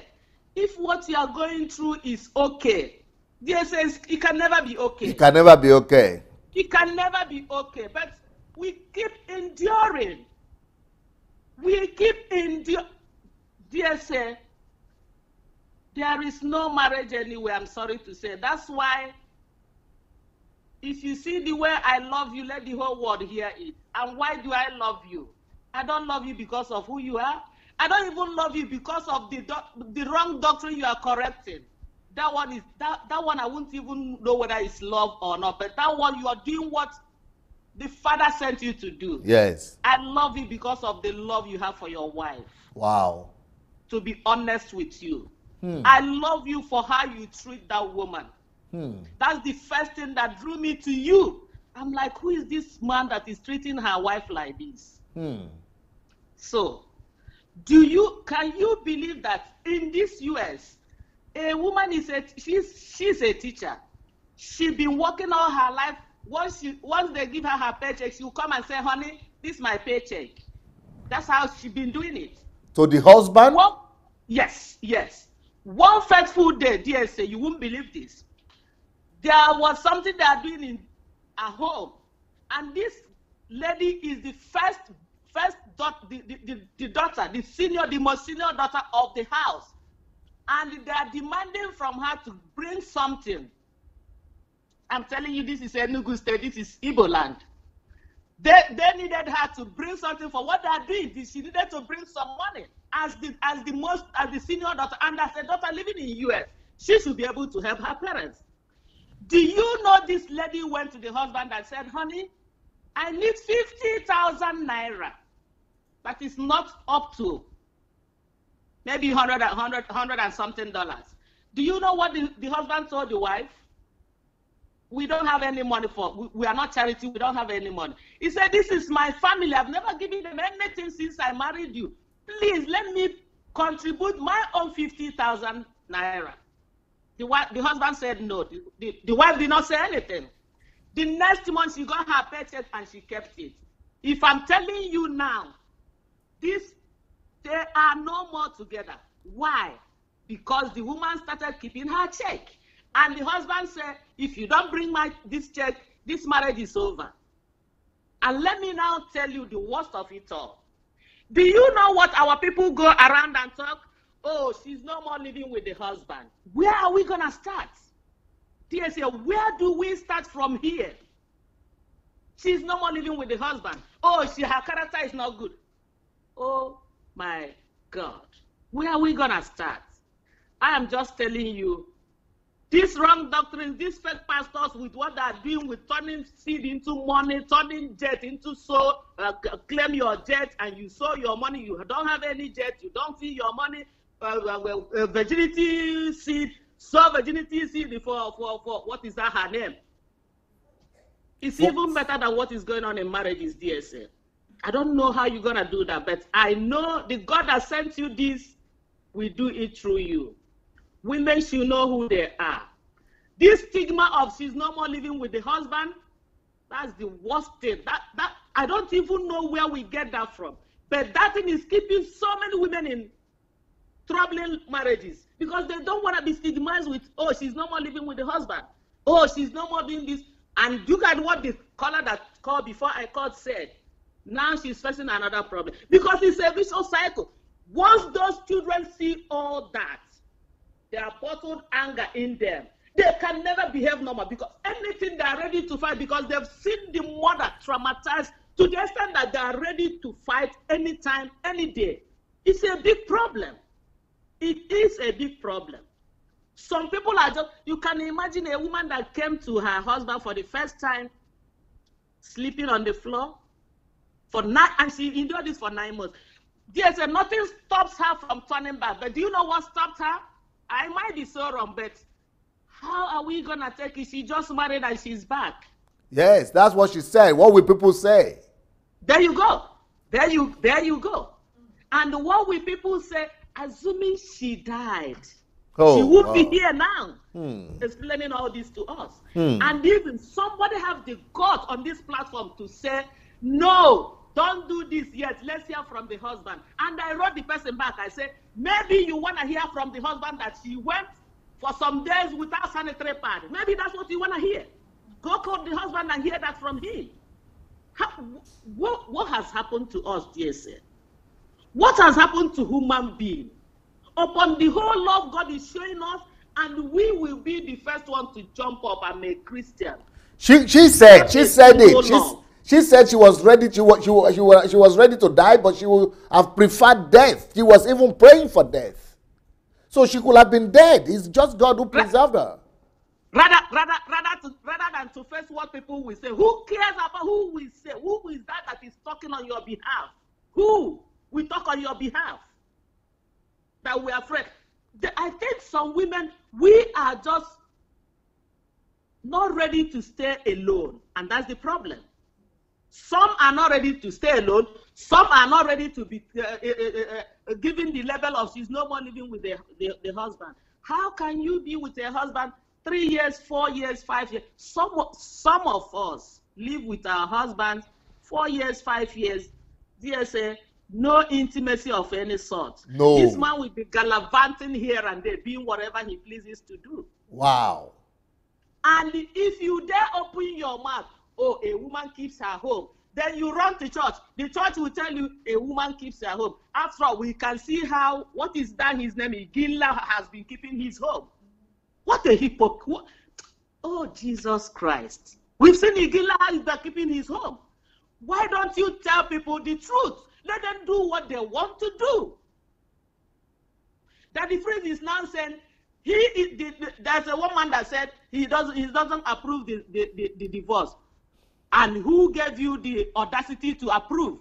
Who is giving you the microphone to speak? Somebody is telling you the marriage has not been working. It's not working. And you are saying you don't approve. Who gives you the authority to approve? We're not talking of you. Nobody is asking you whether you approve or not. Yemisi is not happy. Igila is not happy. For whatever reason that's best known to them, I'm not here to talk of anybody's private life. But why I'm calling Igila is because he will be in the altar preaching for others to stay. That's why I'm calling him. I'm not calling him because of his private life. I'm not calling him because of his divorce. It's none of my business. But he is the authority that was on that pulpit telling other people to endure. Some people will have problem with their marriage and they will go to Mommy Yemisi as they call. And Mommy Yemisi, what we see now advise them, endure. Yeah. Endure until they die. Because she herself is enduring, yeah? There you go. So, people, please excuse me for calling their name. Don't say I'm calling. I am calling them because they are an authority that is representing a very huge institution that they've misled. Maybe I'm using the wrong word, but I'm sorry, whatever word I'm using, I'm not here to judge them because we are all fallible. I'm not judging them, but I'm challenging what they've been preaching, and that same wrong doctrine we are here to challenge. So dear, if I start talking from now to tomorrow, I don't even know if I'm gonna stop, but please put this marriage and girl-child issue into what you're gonna do, into this revolution, please. So many marriages are nothing to write home about, but are just there, oh, husband and wife, oh, look at them, oh, da. Meanwhile, they're suffering. Amazing. If you dare someone up courage and leave, they will stigmatize you. Oh, she's no more living with the husband. Oh, because it must be you. There is something we are debating on Facebook to one group I belong. The lady said, after marriage and your husband says, throw away your SIM card, what do you do? I'm like, how come after marriage? When did the insecurity and the non-trust set in? After marriage, we should be talking of honeymoon, not to throwing away card. Meanwhile, even if that woman throws away her cell phone, that man is already insecure. Yeah. Non-trust is already there. There's nothing to write home about. Yeah. And this woman will throw away her SIM card thinking that it's solved. It's not solved, it's just beginning. So Mabel, it is actually safe to say women should rather prefer to remain single than go through this kind of relationships. Oh, dear sir, it has always been safe, but what will the culture now tell them? The culture will now suppress them. It's a question of them having in their brain that they owe nobody no apology. It's a question of women having it in, because we are the one that will suffer it. The society is there to push us into that dungeon. We are the one that will remain there. They don't know what we go through. We are talking of physical. Some people might not even touch you, but the emotional trauma you go through, it's even better they touch you so that people will see what is going on. Because those emotional ones, nobody sees it. So people should rather face their destiny, their God's purpose as the number one priority in their lives, and just leave marriage until they know they found the right, perfect God choice for them. Nothing but the truth. Nothing but the truth. So we should downplay marriage, children, yes, and begin to just focus people on God's purpose for their lives. Yes. Know who you are first. Okay, assuming this my sister took up what she was doing in her father's house to this marriage, and this man says no. She was successful by herself before she went to meet the man. Exactly. She will be saying, oh, honey, I won't do what I've been doing. I'm a money-making machine, and you want me to come here and live in 20 pounds?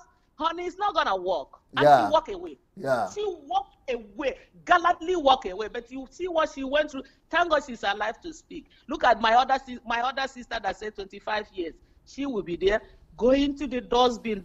She said that one break. Why is it that women would rather want to be in a marriage? Why is marriage such a big deal? Let me because answer you. Look at her now. Look at Pat. Her single life is much better than the marriage she had. Yes, let me tell you why they will remain. Culture, society said so. Society and culture said so. That's it. Culture. You can see, she said, what will people say? That's it. Because there is no marriage in heaven. That's why they remain. Jesus said there is no marriage in heaven. Not a big deal.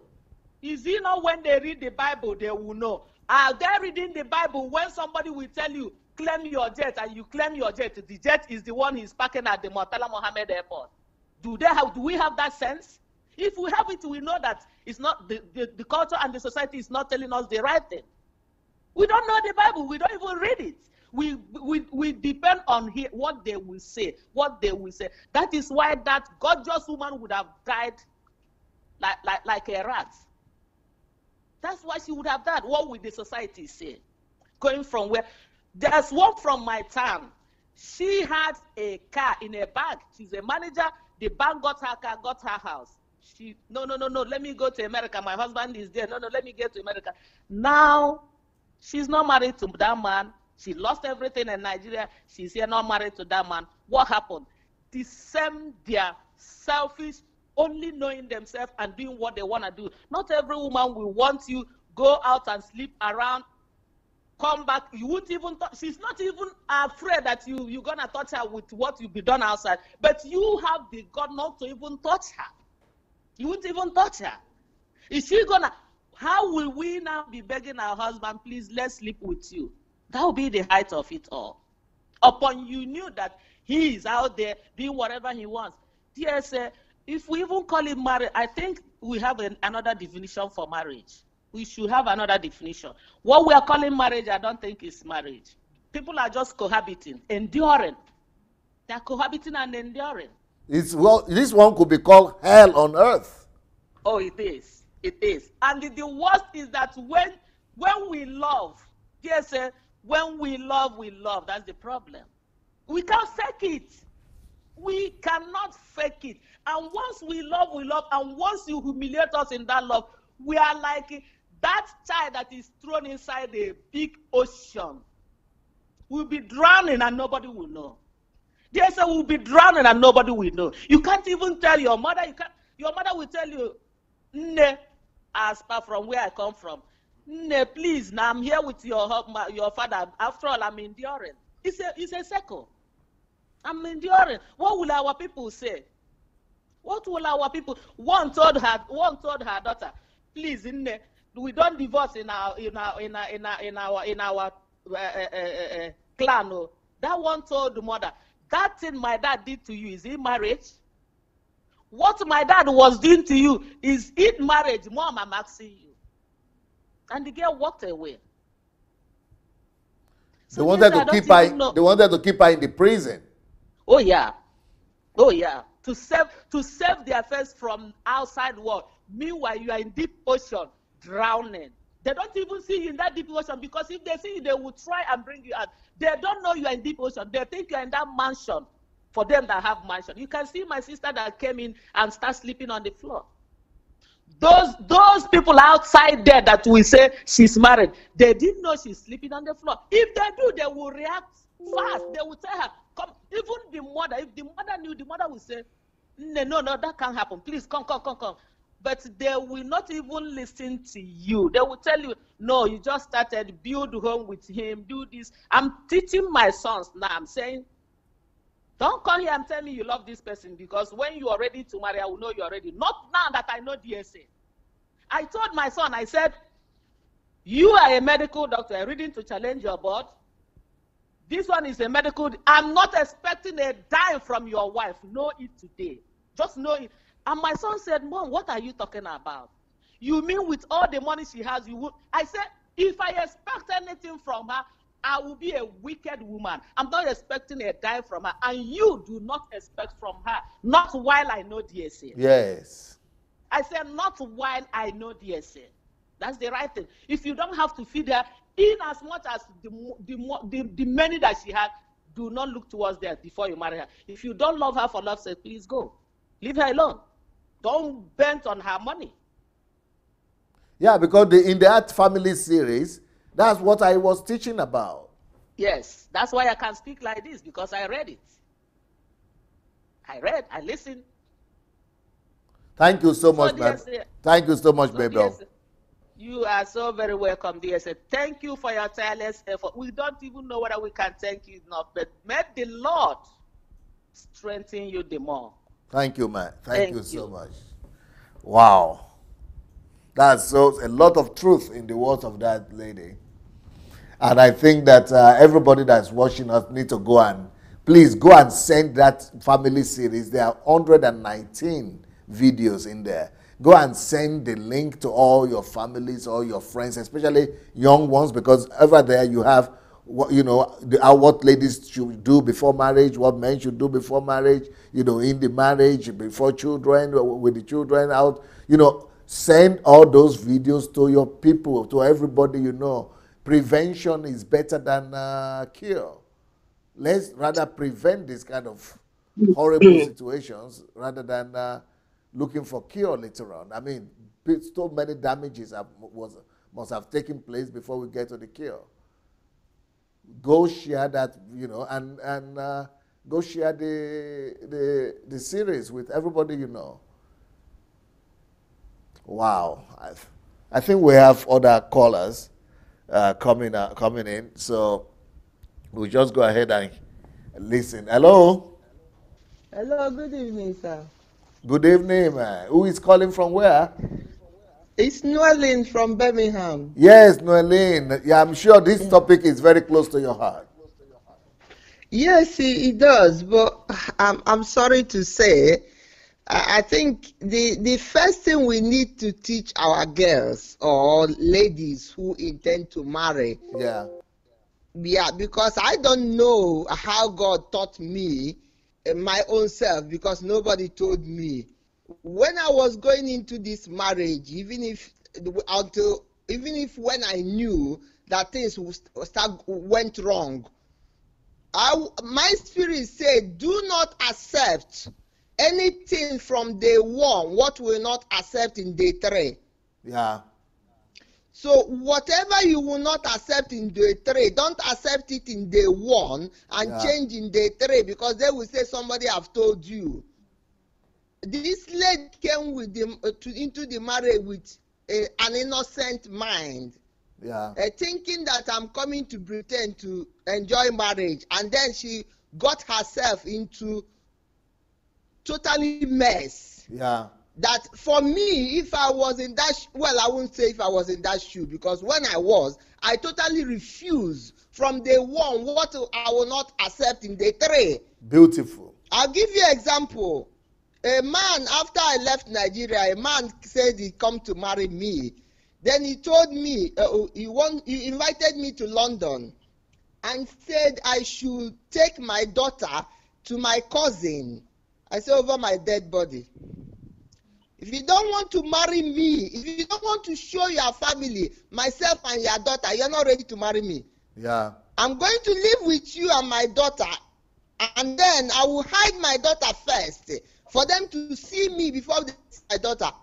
So they have to see my daughter first before they see me. Because if they don't like her, they won't like me either. Yeah. So that was the issue. She accepted a position that she wouldn't have accepted later, and the man just ride over it. The man just celebrate over it. And that give the man the room to do whatever she want to do with her. No, Eileen, but the thing got worse. It's not just that the same condition 3 days later, but it got worse. That's what I'm saying, because the man has seen that she cannot say but no. The man has seen that whatever he does, she can't refuse. She can't say no. She can't refuse it. So that's what he gives her the hill to climb. He gives her the step to continue to climb.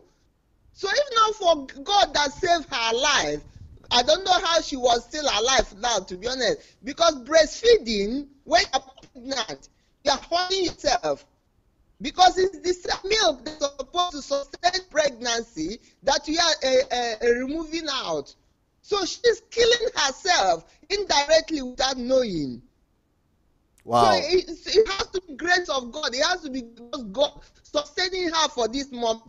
If not, whatever she's saying, I was imagining, is that human being that is saying that? Or is it, sometimes I used to thought that some story, you just read it on book.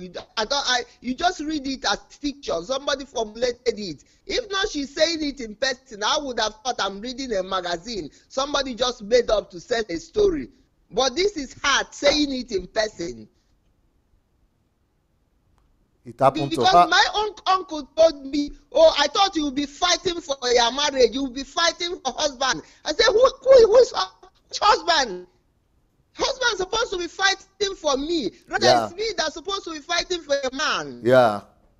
I said, no, I can't do that. I'm sorry. If you came to my father's house to marry me, for me to go and fight for you, so I should have been fighting so that the woman will leave my husband alone. I said, I don't have one. It's not my husband. It belongs to the woman. Why will I go and take somebody's husband and start fighting for it? Yeah. So that's the issue we have. We need to train the young girls. Don't accept what you would not accept in day 3 from day 1. Because once you say no, the man would have thought twice. Your wife is coming. The house that is meant for to be a family house, you are just looking into money, grabbing money by all means and killing the poor girl. That's wickedness at the highest order. Thank you so much, Relin. Thank you very much. Wow. Wow. Okay, bye. Yeah, I think that's exactly what Pat has now been teaching people. That's exactly why she has decided to share this story with us, so that nobody will have to endure this. That's what she's saying, that especially young girls. Pat, am I right about that? This book here. Everything. Hello, can you hear me? Please, I'm sorry. They need to put your voice here back here. I said, am I right about that? Absolutely, Pastor Sunday. Absolutely. I want to reiterate that I'm a person who I am pro-marriage. I think marriage is of God, it's from God, but only in health. And only, when, we are following what God says, only when we are honoring one another, only when we are, treating each other with love and mutual respect. Only when we prepare well enough to accommodate another person in our lives, so only in the right way. So I believe in marriage. I'm not anti-marriage. However, I strongly condemn and I strongly come against any unhealthy, abusive relationships, and particularly you don't have to stay there, you need to come out. You're not being treated right. Come out. Beautiful. Happy peaceful life. I think we have another caller now. Hello? Hello, yes, sir. Good evening, sir. I was just getting worried that why is it that we don't have men calling? I know. Wow. Who is calling from where? Please present yourself and speak louder, sir. Okay, sir. This is Pastor Charles calling from London, sir. Oh, Pastor Charles, yes. Thank you very much for this opportunity to contribute to this. See, can you imagine how wicked we men can be, Pastor Charles? Can you imagine how I don't know, unimaginably wicked we men could be? Very disturbing. Very disturbing. It is ludicrous, sir. It is ludicrous. This is open war. It is a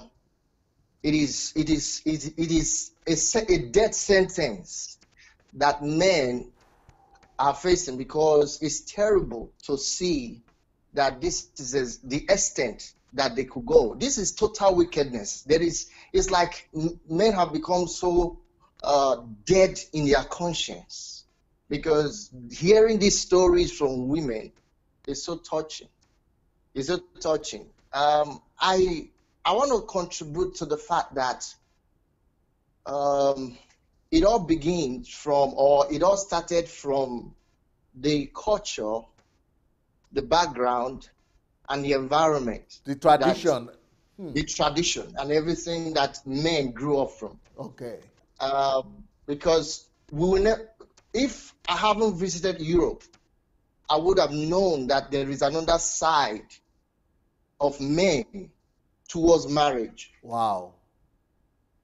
Of course, it's not that all perfect with the British or the white people here, but you can tell, the Bible says, Jesus said it. He said, the one who is pure in heart. He said, blessed the man that is pure in heart. He said, they shall see God. Yes. Purity attracts godliness. I could say purity of heart, cleanliness of heart, when you don't think wickedness towards your neighbor. Yes. It attracts godliness. And one of the basic problems that men face, there's a list of them, but I want to mention about 2 or 3 of them today on this program. Number one is pride. Okay. Pride. Many men know that they are doing the wrong thing. Many men know that they are contributing to the downfall of their marriage or their home.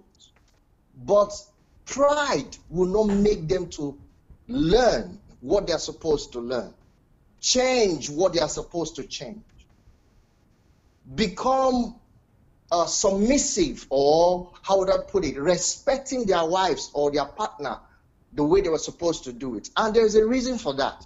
It's because, Jesus said it, that if you don't love yourself, you can't love someone else. In other words, love your neighbor as you love yourself. Yeah. Your loving yourself is the key to loving someone else. If you do not love yourself, there's no way you can love someone else. And what that means is that it's not like, oh, I love myself to buy myself a car, I will buy my wife a car. That's nonsense. That's not what it means. What it means to discover who you are in God first and discover your personality. Once you know who you are as a person, you know who you are in God, it is easy for you to acknowledge someone else and actually treat them the way you treat yourself. Yeah. So bringing another person into your life when you don't know these things is ludicrous. It's open war. It's going to result to these terrible things that we are seeing in marriage. Because this is a man who is so selfish, who doesn't even know himself. Joining himself with another person who probably may not have known herself. Yeah. The two of them now collide and living in a house. What you're going to find is turmoil. Yeah. What you're going to find, there's no way you can find peace. So there is a big problem here. Ignorance is the problem here. Men are too proud to learn, to know, to change their lives. That's what I've discovered. I'm a man, I can speak. I know what it means to be so humble, because that's why the Bible says humility is the key to success with God. Yeah. If you are not humble, God cannot break you. The Yeah. head of a man is Christ. So if a man is not humble before God, there's no way his marriage will work. Yeah. There's no way. So the problem we're hearing today is, first of all, the denial of men who have stubbornly refused to listen to God or submit to God's authority. The principle that God has put on ground for marriage, men have ignored it. And they are now making women to leave their own principles, follow their own principle while they sit back on their couch and then begin to speak as though their head without a tail. So we have dogs who doesn't have tail. So when the fly comes around them, they don't know what to do. Yeah. So the problem that what I would suggest that our women and sisters, young ones that are coming to begin to think is this. If the Bible says, he that getteth wisdom loveth his own soul. If a man is wise and pursue wisdom of God, you know that this man will be a potential person who God can influence. First of all, there are many pretenders anyway. But in reality, you can tell that this person is God-fearing. Not by prayer, not by talking grammar, but in actions. So there are different things, there are education that people need to go through. When medical doctor, we go to school. But when we want to marry, we don't go to educate ourselves. I don't know if I'm still connected. Oh, yes. So this is the problem, and that's why I so much admire and love your series on family that you did. I have said it the other day when I spoke on this program the other time. If men will not submit themselves to listen to those series, any woman, if you are dating now, I told you the other day, if you are dating now, direct that man to go and listen to the series. If he doesn't want to listen, then stop the dating, cut the courtship. Yeah. Save your soul, save your future. Because the principles of the Bible is so clear. But it's not that easy, but it can be easy if you are submissive. So the changes can gradually come in if you are submissive. For those of you who are already in the marriage, so you're saying, okay, what should we do now? The man does not even give time. Okay, this is the point. If the man is belittling you, maltreating you, and at the end of the day you are still living there, then there's a problem. It means you yourself, you are ignorant of who you are. You don't even know what you're supposed to do. You don't even know yourself. They too need to go and listen to the family series. Yes, that's the first thing. So first you don't know where you are yet. So go and listen. Once you listen to the family series, I give you a guarantee. The next week, after 1 week, in fact, the first 3 days into the program, you will start noticing a transformation. It is you that will now call the man and sit him down and say, look, Oga, if you not behave well, I dey go. Yes. I'm leaving. It's as simple as that. And if you don't do that, you may not be able to make the transformation in your home. Because this is just a fraction of what this woman is saying. It's a fraction of what she has experienced. It's just a tiny bit. To the gravity, just listening to her and the gravity of the pain and the torture, and compare with millions of women that are going through this same problem today in their homes. I'm married, and to God be the glory, I'm into 7 years in my marriage. But I can understand that these things are very important. And I speak on behalf of my family, and I know we are not there perfect yet. But there are things that can never allow my wife to go through. Yeah. There are things I can never allow my wife to hear. There are things I will never allow my wife to witness, to bear. If she don't even talk to me 1 minute, I'm concerned. Yeah. Not to talk of we have marriages and home whereby husband and wife will not talk for 2 weeks. They don't talk to each other. 2 weeks. Not to talk of marriage who husband and wife have not slept together in 3 years. Wow. A lot of them here in London, UK. My God. It's terrible. It's getting worse because lack of education. None of them is being trained. None of them want to be trained. Everybody is pursuing money. How could a man go and rent? He rented 2-bedroom house and he rented a 2-bedroom out. What kind of a man is that? And he allowed the wife to be sleeping on the floor. It's too much. And he is sleeping on the couch. What kind of poverty is that? Too much. It's a mindset. It's a mindset. His mind is wrong. His thinking is wrong. And he's not the only one doing that. There are many men doing that. Wow. It's terrible. And women are bearing a lot. I agree. They are bearing a lot. But you see, a wise woman, the Bible says, will help a great deal. If you're wise, get this information. Educate yourself, and you will find your place. Immediately you find your place, the man will sit up. Yeah. If he doesn't sit up, you walk away. That's the way it is. Yeah. And face your destiny. Pursue define yourself. Define your goal. Find your place in God. Find yourself in God. Find who you are. Define your personality. Find your personality. Define yourself. Once you discover yourself and you discover your place in God, your liberty is limitless. Wow. Thank you so much, Pastor Charles. Thank you so much. Thank you, sir. Brilliant. Thank you. You saved the face of the men today. Thank you, sir. Pat, what will you have to say, please? Sorry, we'll put on your voice now. The volume is off. I said my love to Pastor Charles. I don't know him personally, but I'd like to befriend him on Facebook and definitely get to share with him. He's got very interesting opinions. And what I can say is that I appreciate that, and I appreciate that you defend your wife. You sound like you really stand up for your wife. You protect her, and that belongs to me.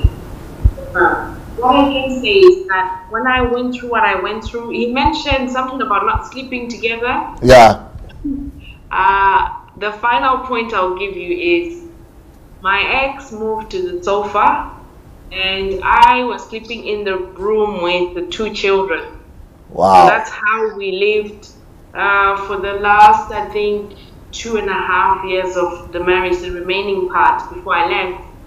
He decided to take himself to sleep on the sofa with his headphones, with his internet, with his Facebook, and I'm there with the children. So it was clear to me that for 2.5 years. We don't live together anymore. I do everything. Husband don't sleep with the wife. That's wickedness. And I think we have a caller here. Hello? Yes, it's me. Yes, who is that, please? We can speak louder. I can't hear you well. Yes, sir. It's Alfred calling from Oklahoma. Yes, Pastor Alfred, how are you doing today? I'm good. I apologize about yesterday. I had another call and then the line got messed up. Oh, okay. But today's topic is very heartbroken, heart-wrecking. Yes, I'm in tears. And Pat, I don't even know what to say. This is This is hard. And the other caller who said what she went through that for 25 years, it's unbelievable. Yeah. You said the men are not calling, but I know most of us are sitting here. We are like, what? Yeah. DSA, the series on family. Anybody who get in touch with you should. I mean, let me just say, go to YouTube, look for Sunday Adelaja, go on his official webpage on YouTube, and look for the family series. You will just be changed. But DSA, let me talk about this situation. One of the situations that's common in this western part of the world, the USA for one, where I live at, is that you have those of us foreigners who are living here, they are undergoing abuse and they don't report it. Okay. Yes, it's terrible. And this is why some of these things go on without nobody knowing it. And the men take advantage of them. I'm just calling out every woman wherever they are, girl, you have to come out yourself in this Yes. situation.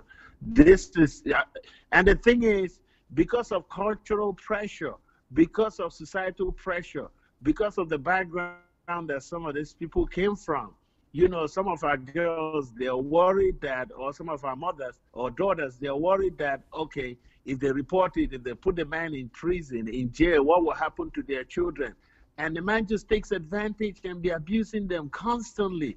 I mean, they're living in a literal hell. They have to come out. I'm just pleading. This is sad to hear in this 21st century, in this enlightened age that we live in. I mean, it's bad. DSA, I thank you for what you're doing, for setting up a forum like this that people can call. But I'm asking anyone, wherever you are, if you're going through this or you know people going through this, please come out. God already has provision for you. Thank you. I absolutely agree with you. Absolutely agree with you. Thank you so much, Pastor Alfred. You're welcome. Sister Pat, what he's saying is that foreigners who are Africans or they don't want to report their husbands to the police when they are going through emotional abuse or things like that. They want to protect their husband. They don't want to report. But he is saying, go ahead and report. From the very first abuse, go ahead and report. What do you have to say about that? Absolutely. I mean, with me, it took the second attempt. The second attempt is the second time there was an incident that I reported. The first time, I remember I messaged the pastor at about 1:30 in the morning. So what would normally happen in the marriage is, he would go off arguing, and especially when he was in financial distress, I was his outlet. So I was the person who he would take that out on. So, but that's another mistake. We go to pastors instead of going to the authorities. Absolutely. Absolutely. I texted the pastor and I said, I can't take this. It's 1:30 in the morning. I need to rest. The children, he's just going on. And that pastor messaged me and said, please don't report. Don't tell the police. No. And please. the pastors make things worse. I'm sorry, That's Pat. I think there is a caller here. Hello. Hello, DSA. Good evening. Good evening, my sister. Who is calling from where? This is Chika Kati. From Nigeria. Hello. Chika. Yes, DSA. Are you calling from Nigeria? Yes? Yes, I'm calling from Nigeria. I just want to put my mouth to this because there are certain things maybe she didn't remember to say them about abusive men. Abusive men, when you are in such relationship, they abuse your mother, they abuse your father, they abuse your siblings, anybody that comes around. These men are abusing them.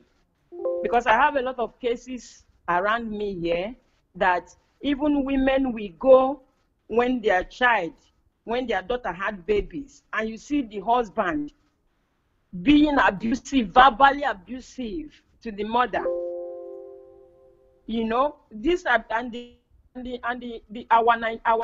African girl want to stick to that man.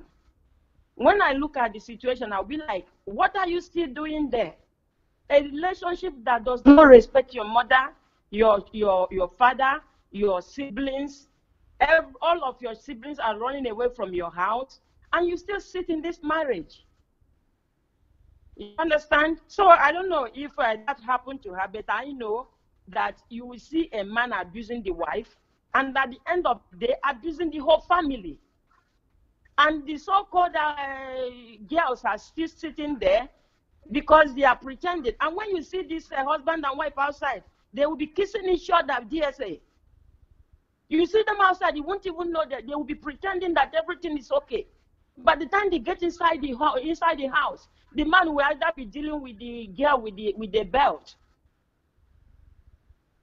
You know, I just want, you know, I sat and I've been listening, but because this is something I see every day. Thank you I for see every day. thank you for letting us hear about that aspect as well. Very, very good. Thank you, dear. My sister, thank you for coming on. Thank you so much. Thank you. God bless you. You too. Now, Pat, you are saying something about calling the pastor instead of calling the police. Yes, my first instant there, I contacted the pastor, and it was a lady pastor, and she told me, no, no, no, no, no, no, no. She said, no, no, no, no, please, please, I beg you, don't contact the police. No, no, no. And you know, I'm letting her know I can't sleep. He's going on, and it's just this is 1:30 in the morning. And in the morning I have to be up for the children. He has to stop. He has to stop. He's just yelling and screaming, and so you know, she downplayed it, and it was like I'm the one who is crazy for raising the alarm that this is not okay behavior, and if he keeps going, I will have to report him, and that has to stop. He can't be behaving like that.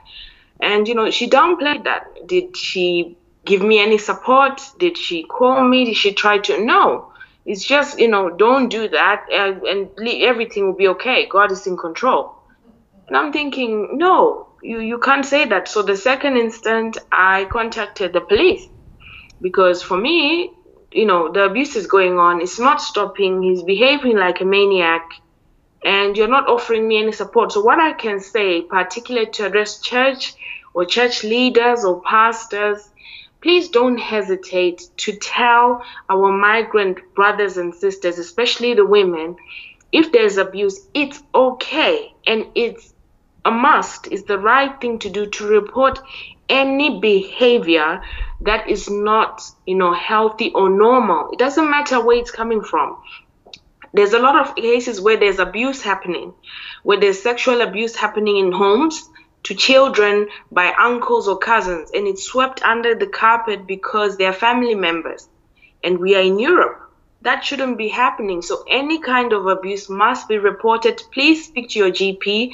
Let them know how you're feeling. Contact the police. Contact the authorities. There's so much, you know, there's so much help you can receive. So I want to say to any woman, if you're being abused in a relationship and you're afraid of losing your children, or you're afraid of losing the marriage or losing support or any kind of help, please contact the authorities. They are able to mediate. They're able to intervene and take you to a safe place. They're able to intervene and provide for you and lead you to organizations that can help you. You're not on your own. And some of the times, especially if the woman is the one who migrated last, you know, the narcissistic husband can then intimidate you and tell you that you'll suffer here in Europe. They'll take your children and tell you all sorts. I've been there. What I can tell you that is there's so much help available for you. There's so many women's shelters. There's so much assistance. If you don't have immigration, some of the women don't have immigration. They don't have paperwork. So they're told by these abusive husbands that if you leave, you know, you're going to be deported or you're going to be in trouble. What I can confirm to you is that there is assistance available. There are charity organizations that can help you. So don't let your immigration status be the reason why, you know, you're enduring so much abuse. Don't let your children be the reason. They need to be in safety too. You're not going to lose your children. You will get all the help you need. All you need to do is speak out. Speak out now. Speak out fast. Call 999 if you're in the UK. Let them know. Let them know what is happening. Don't be afraid.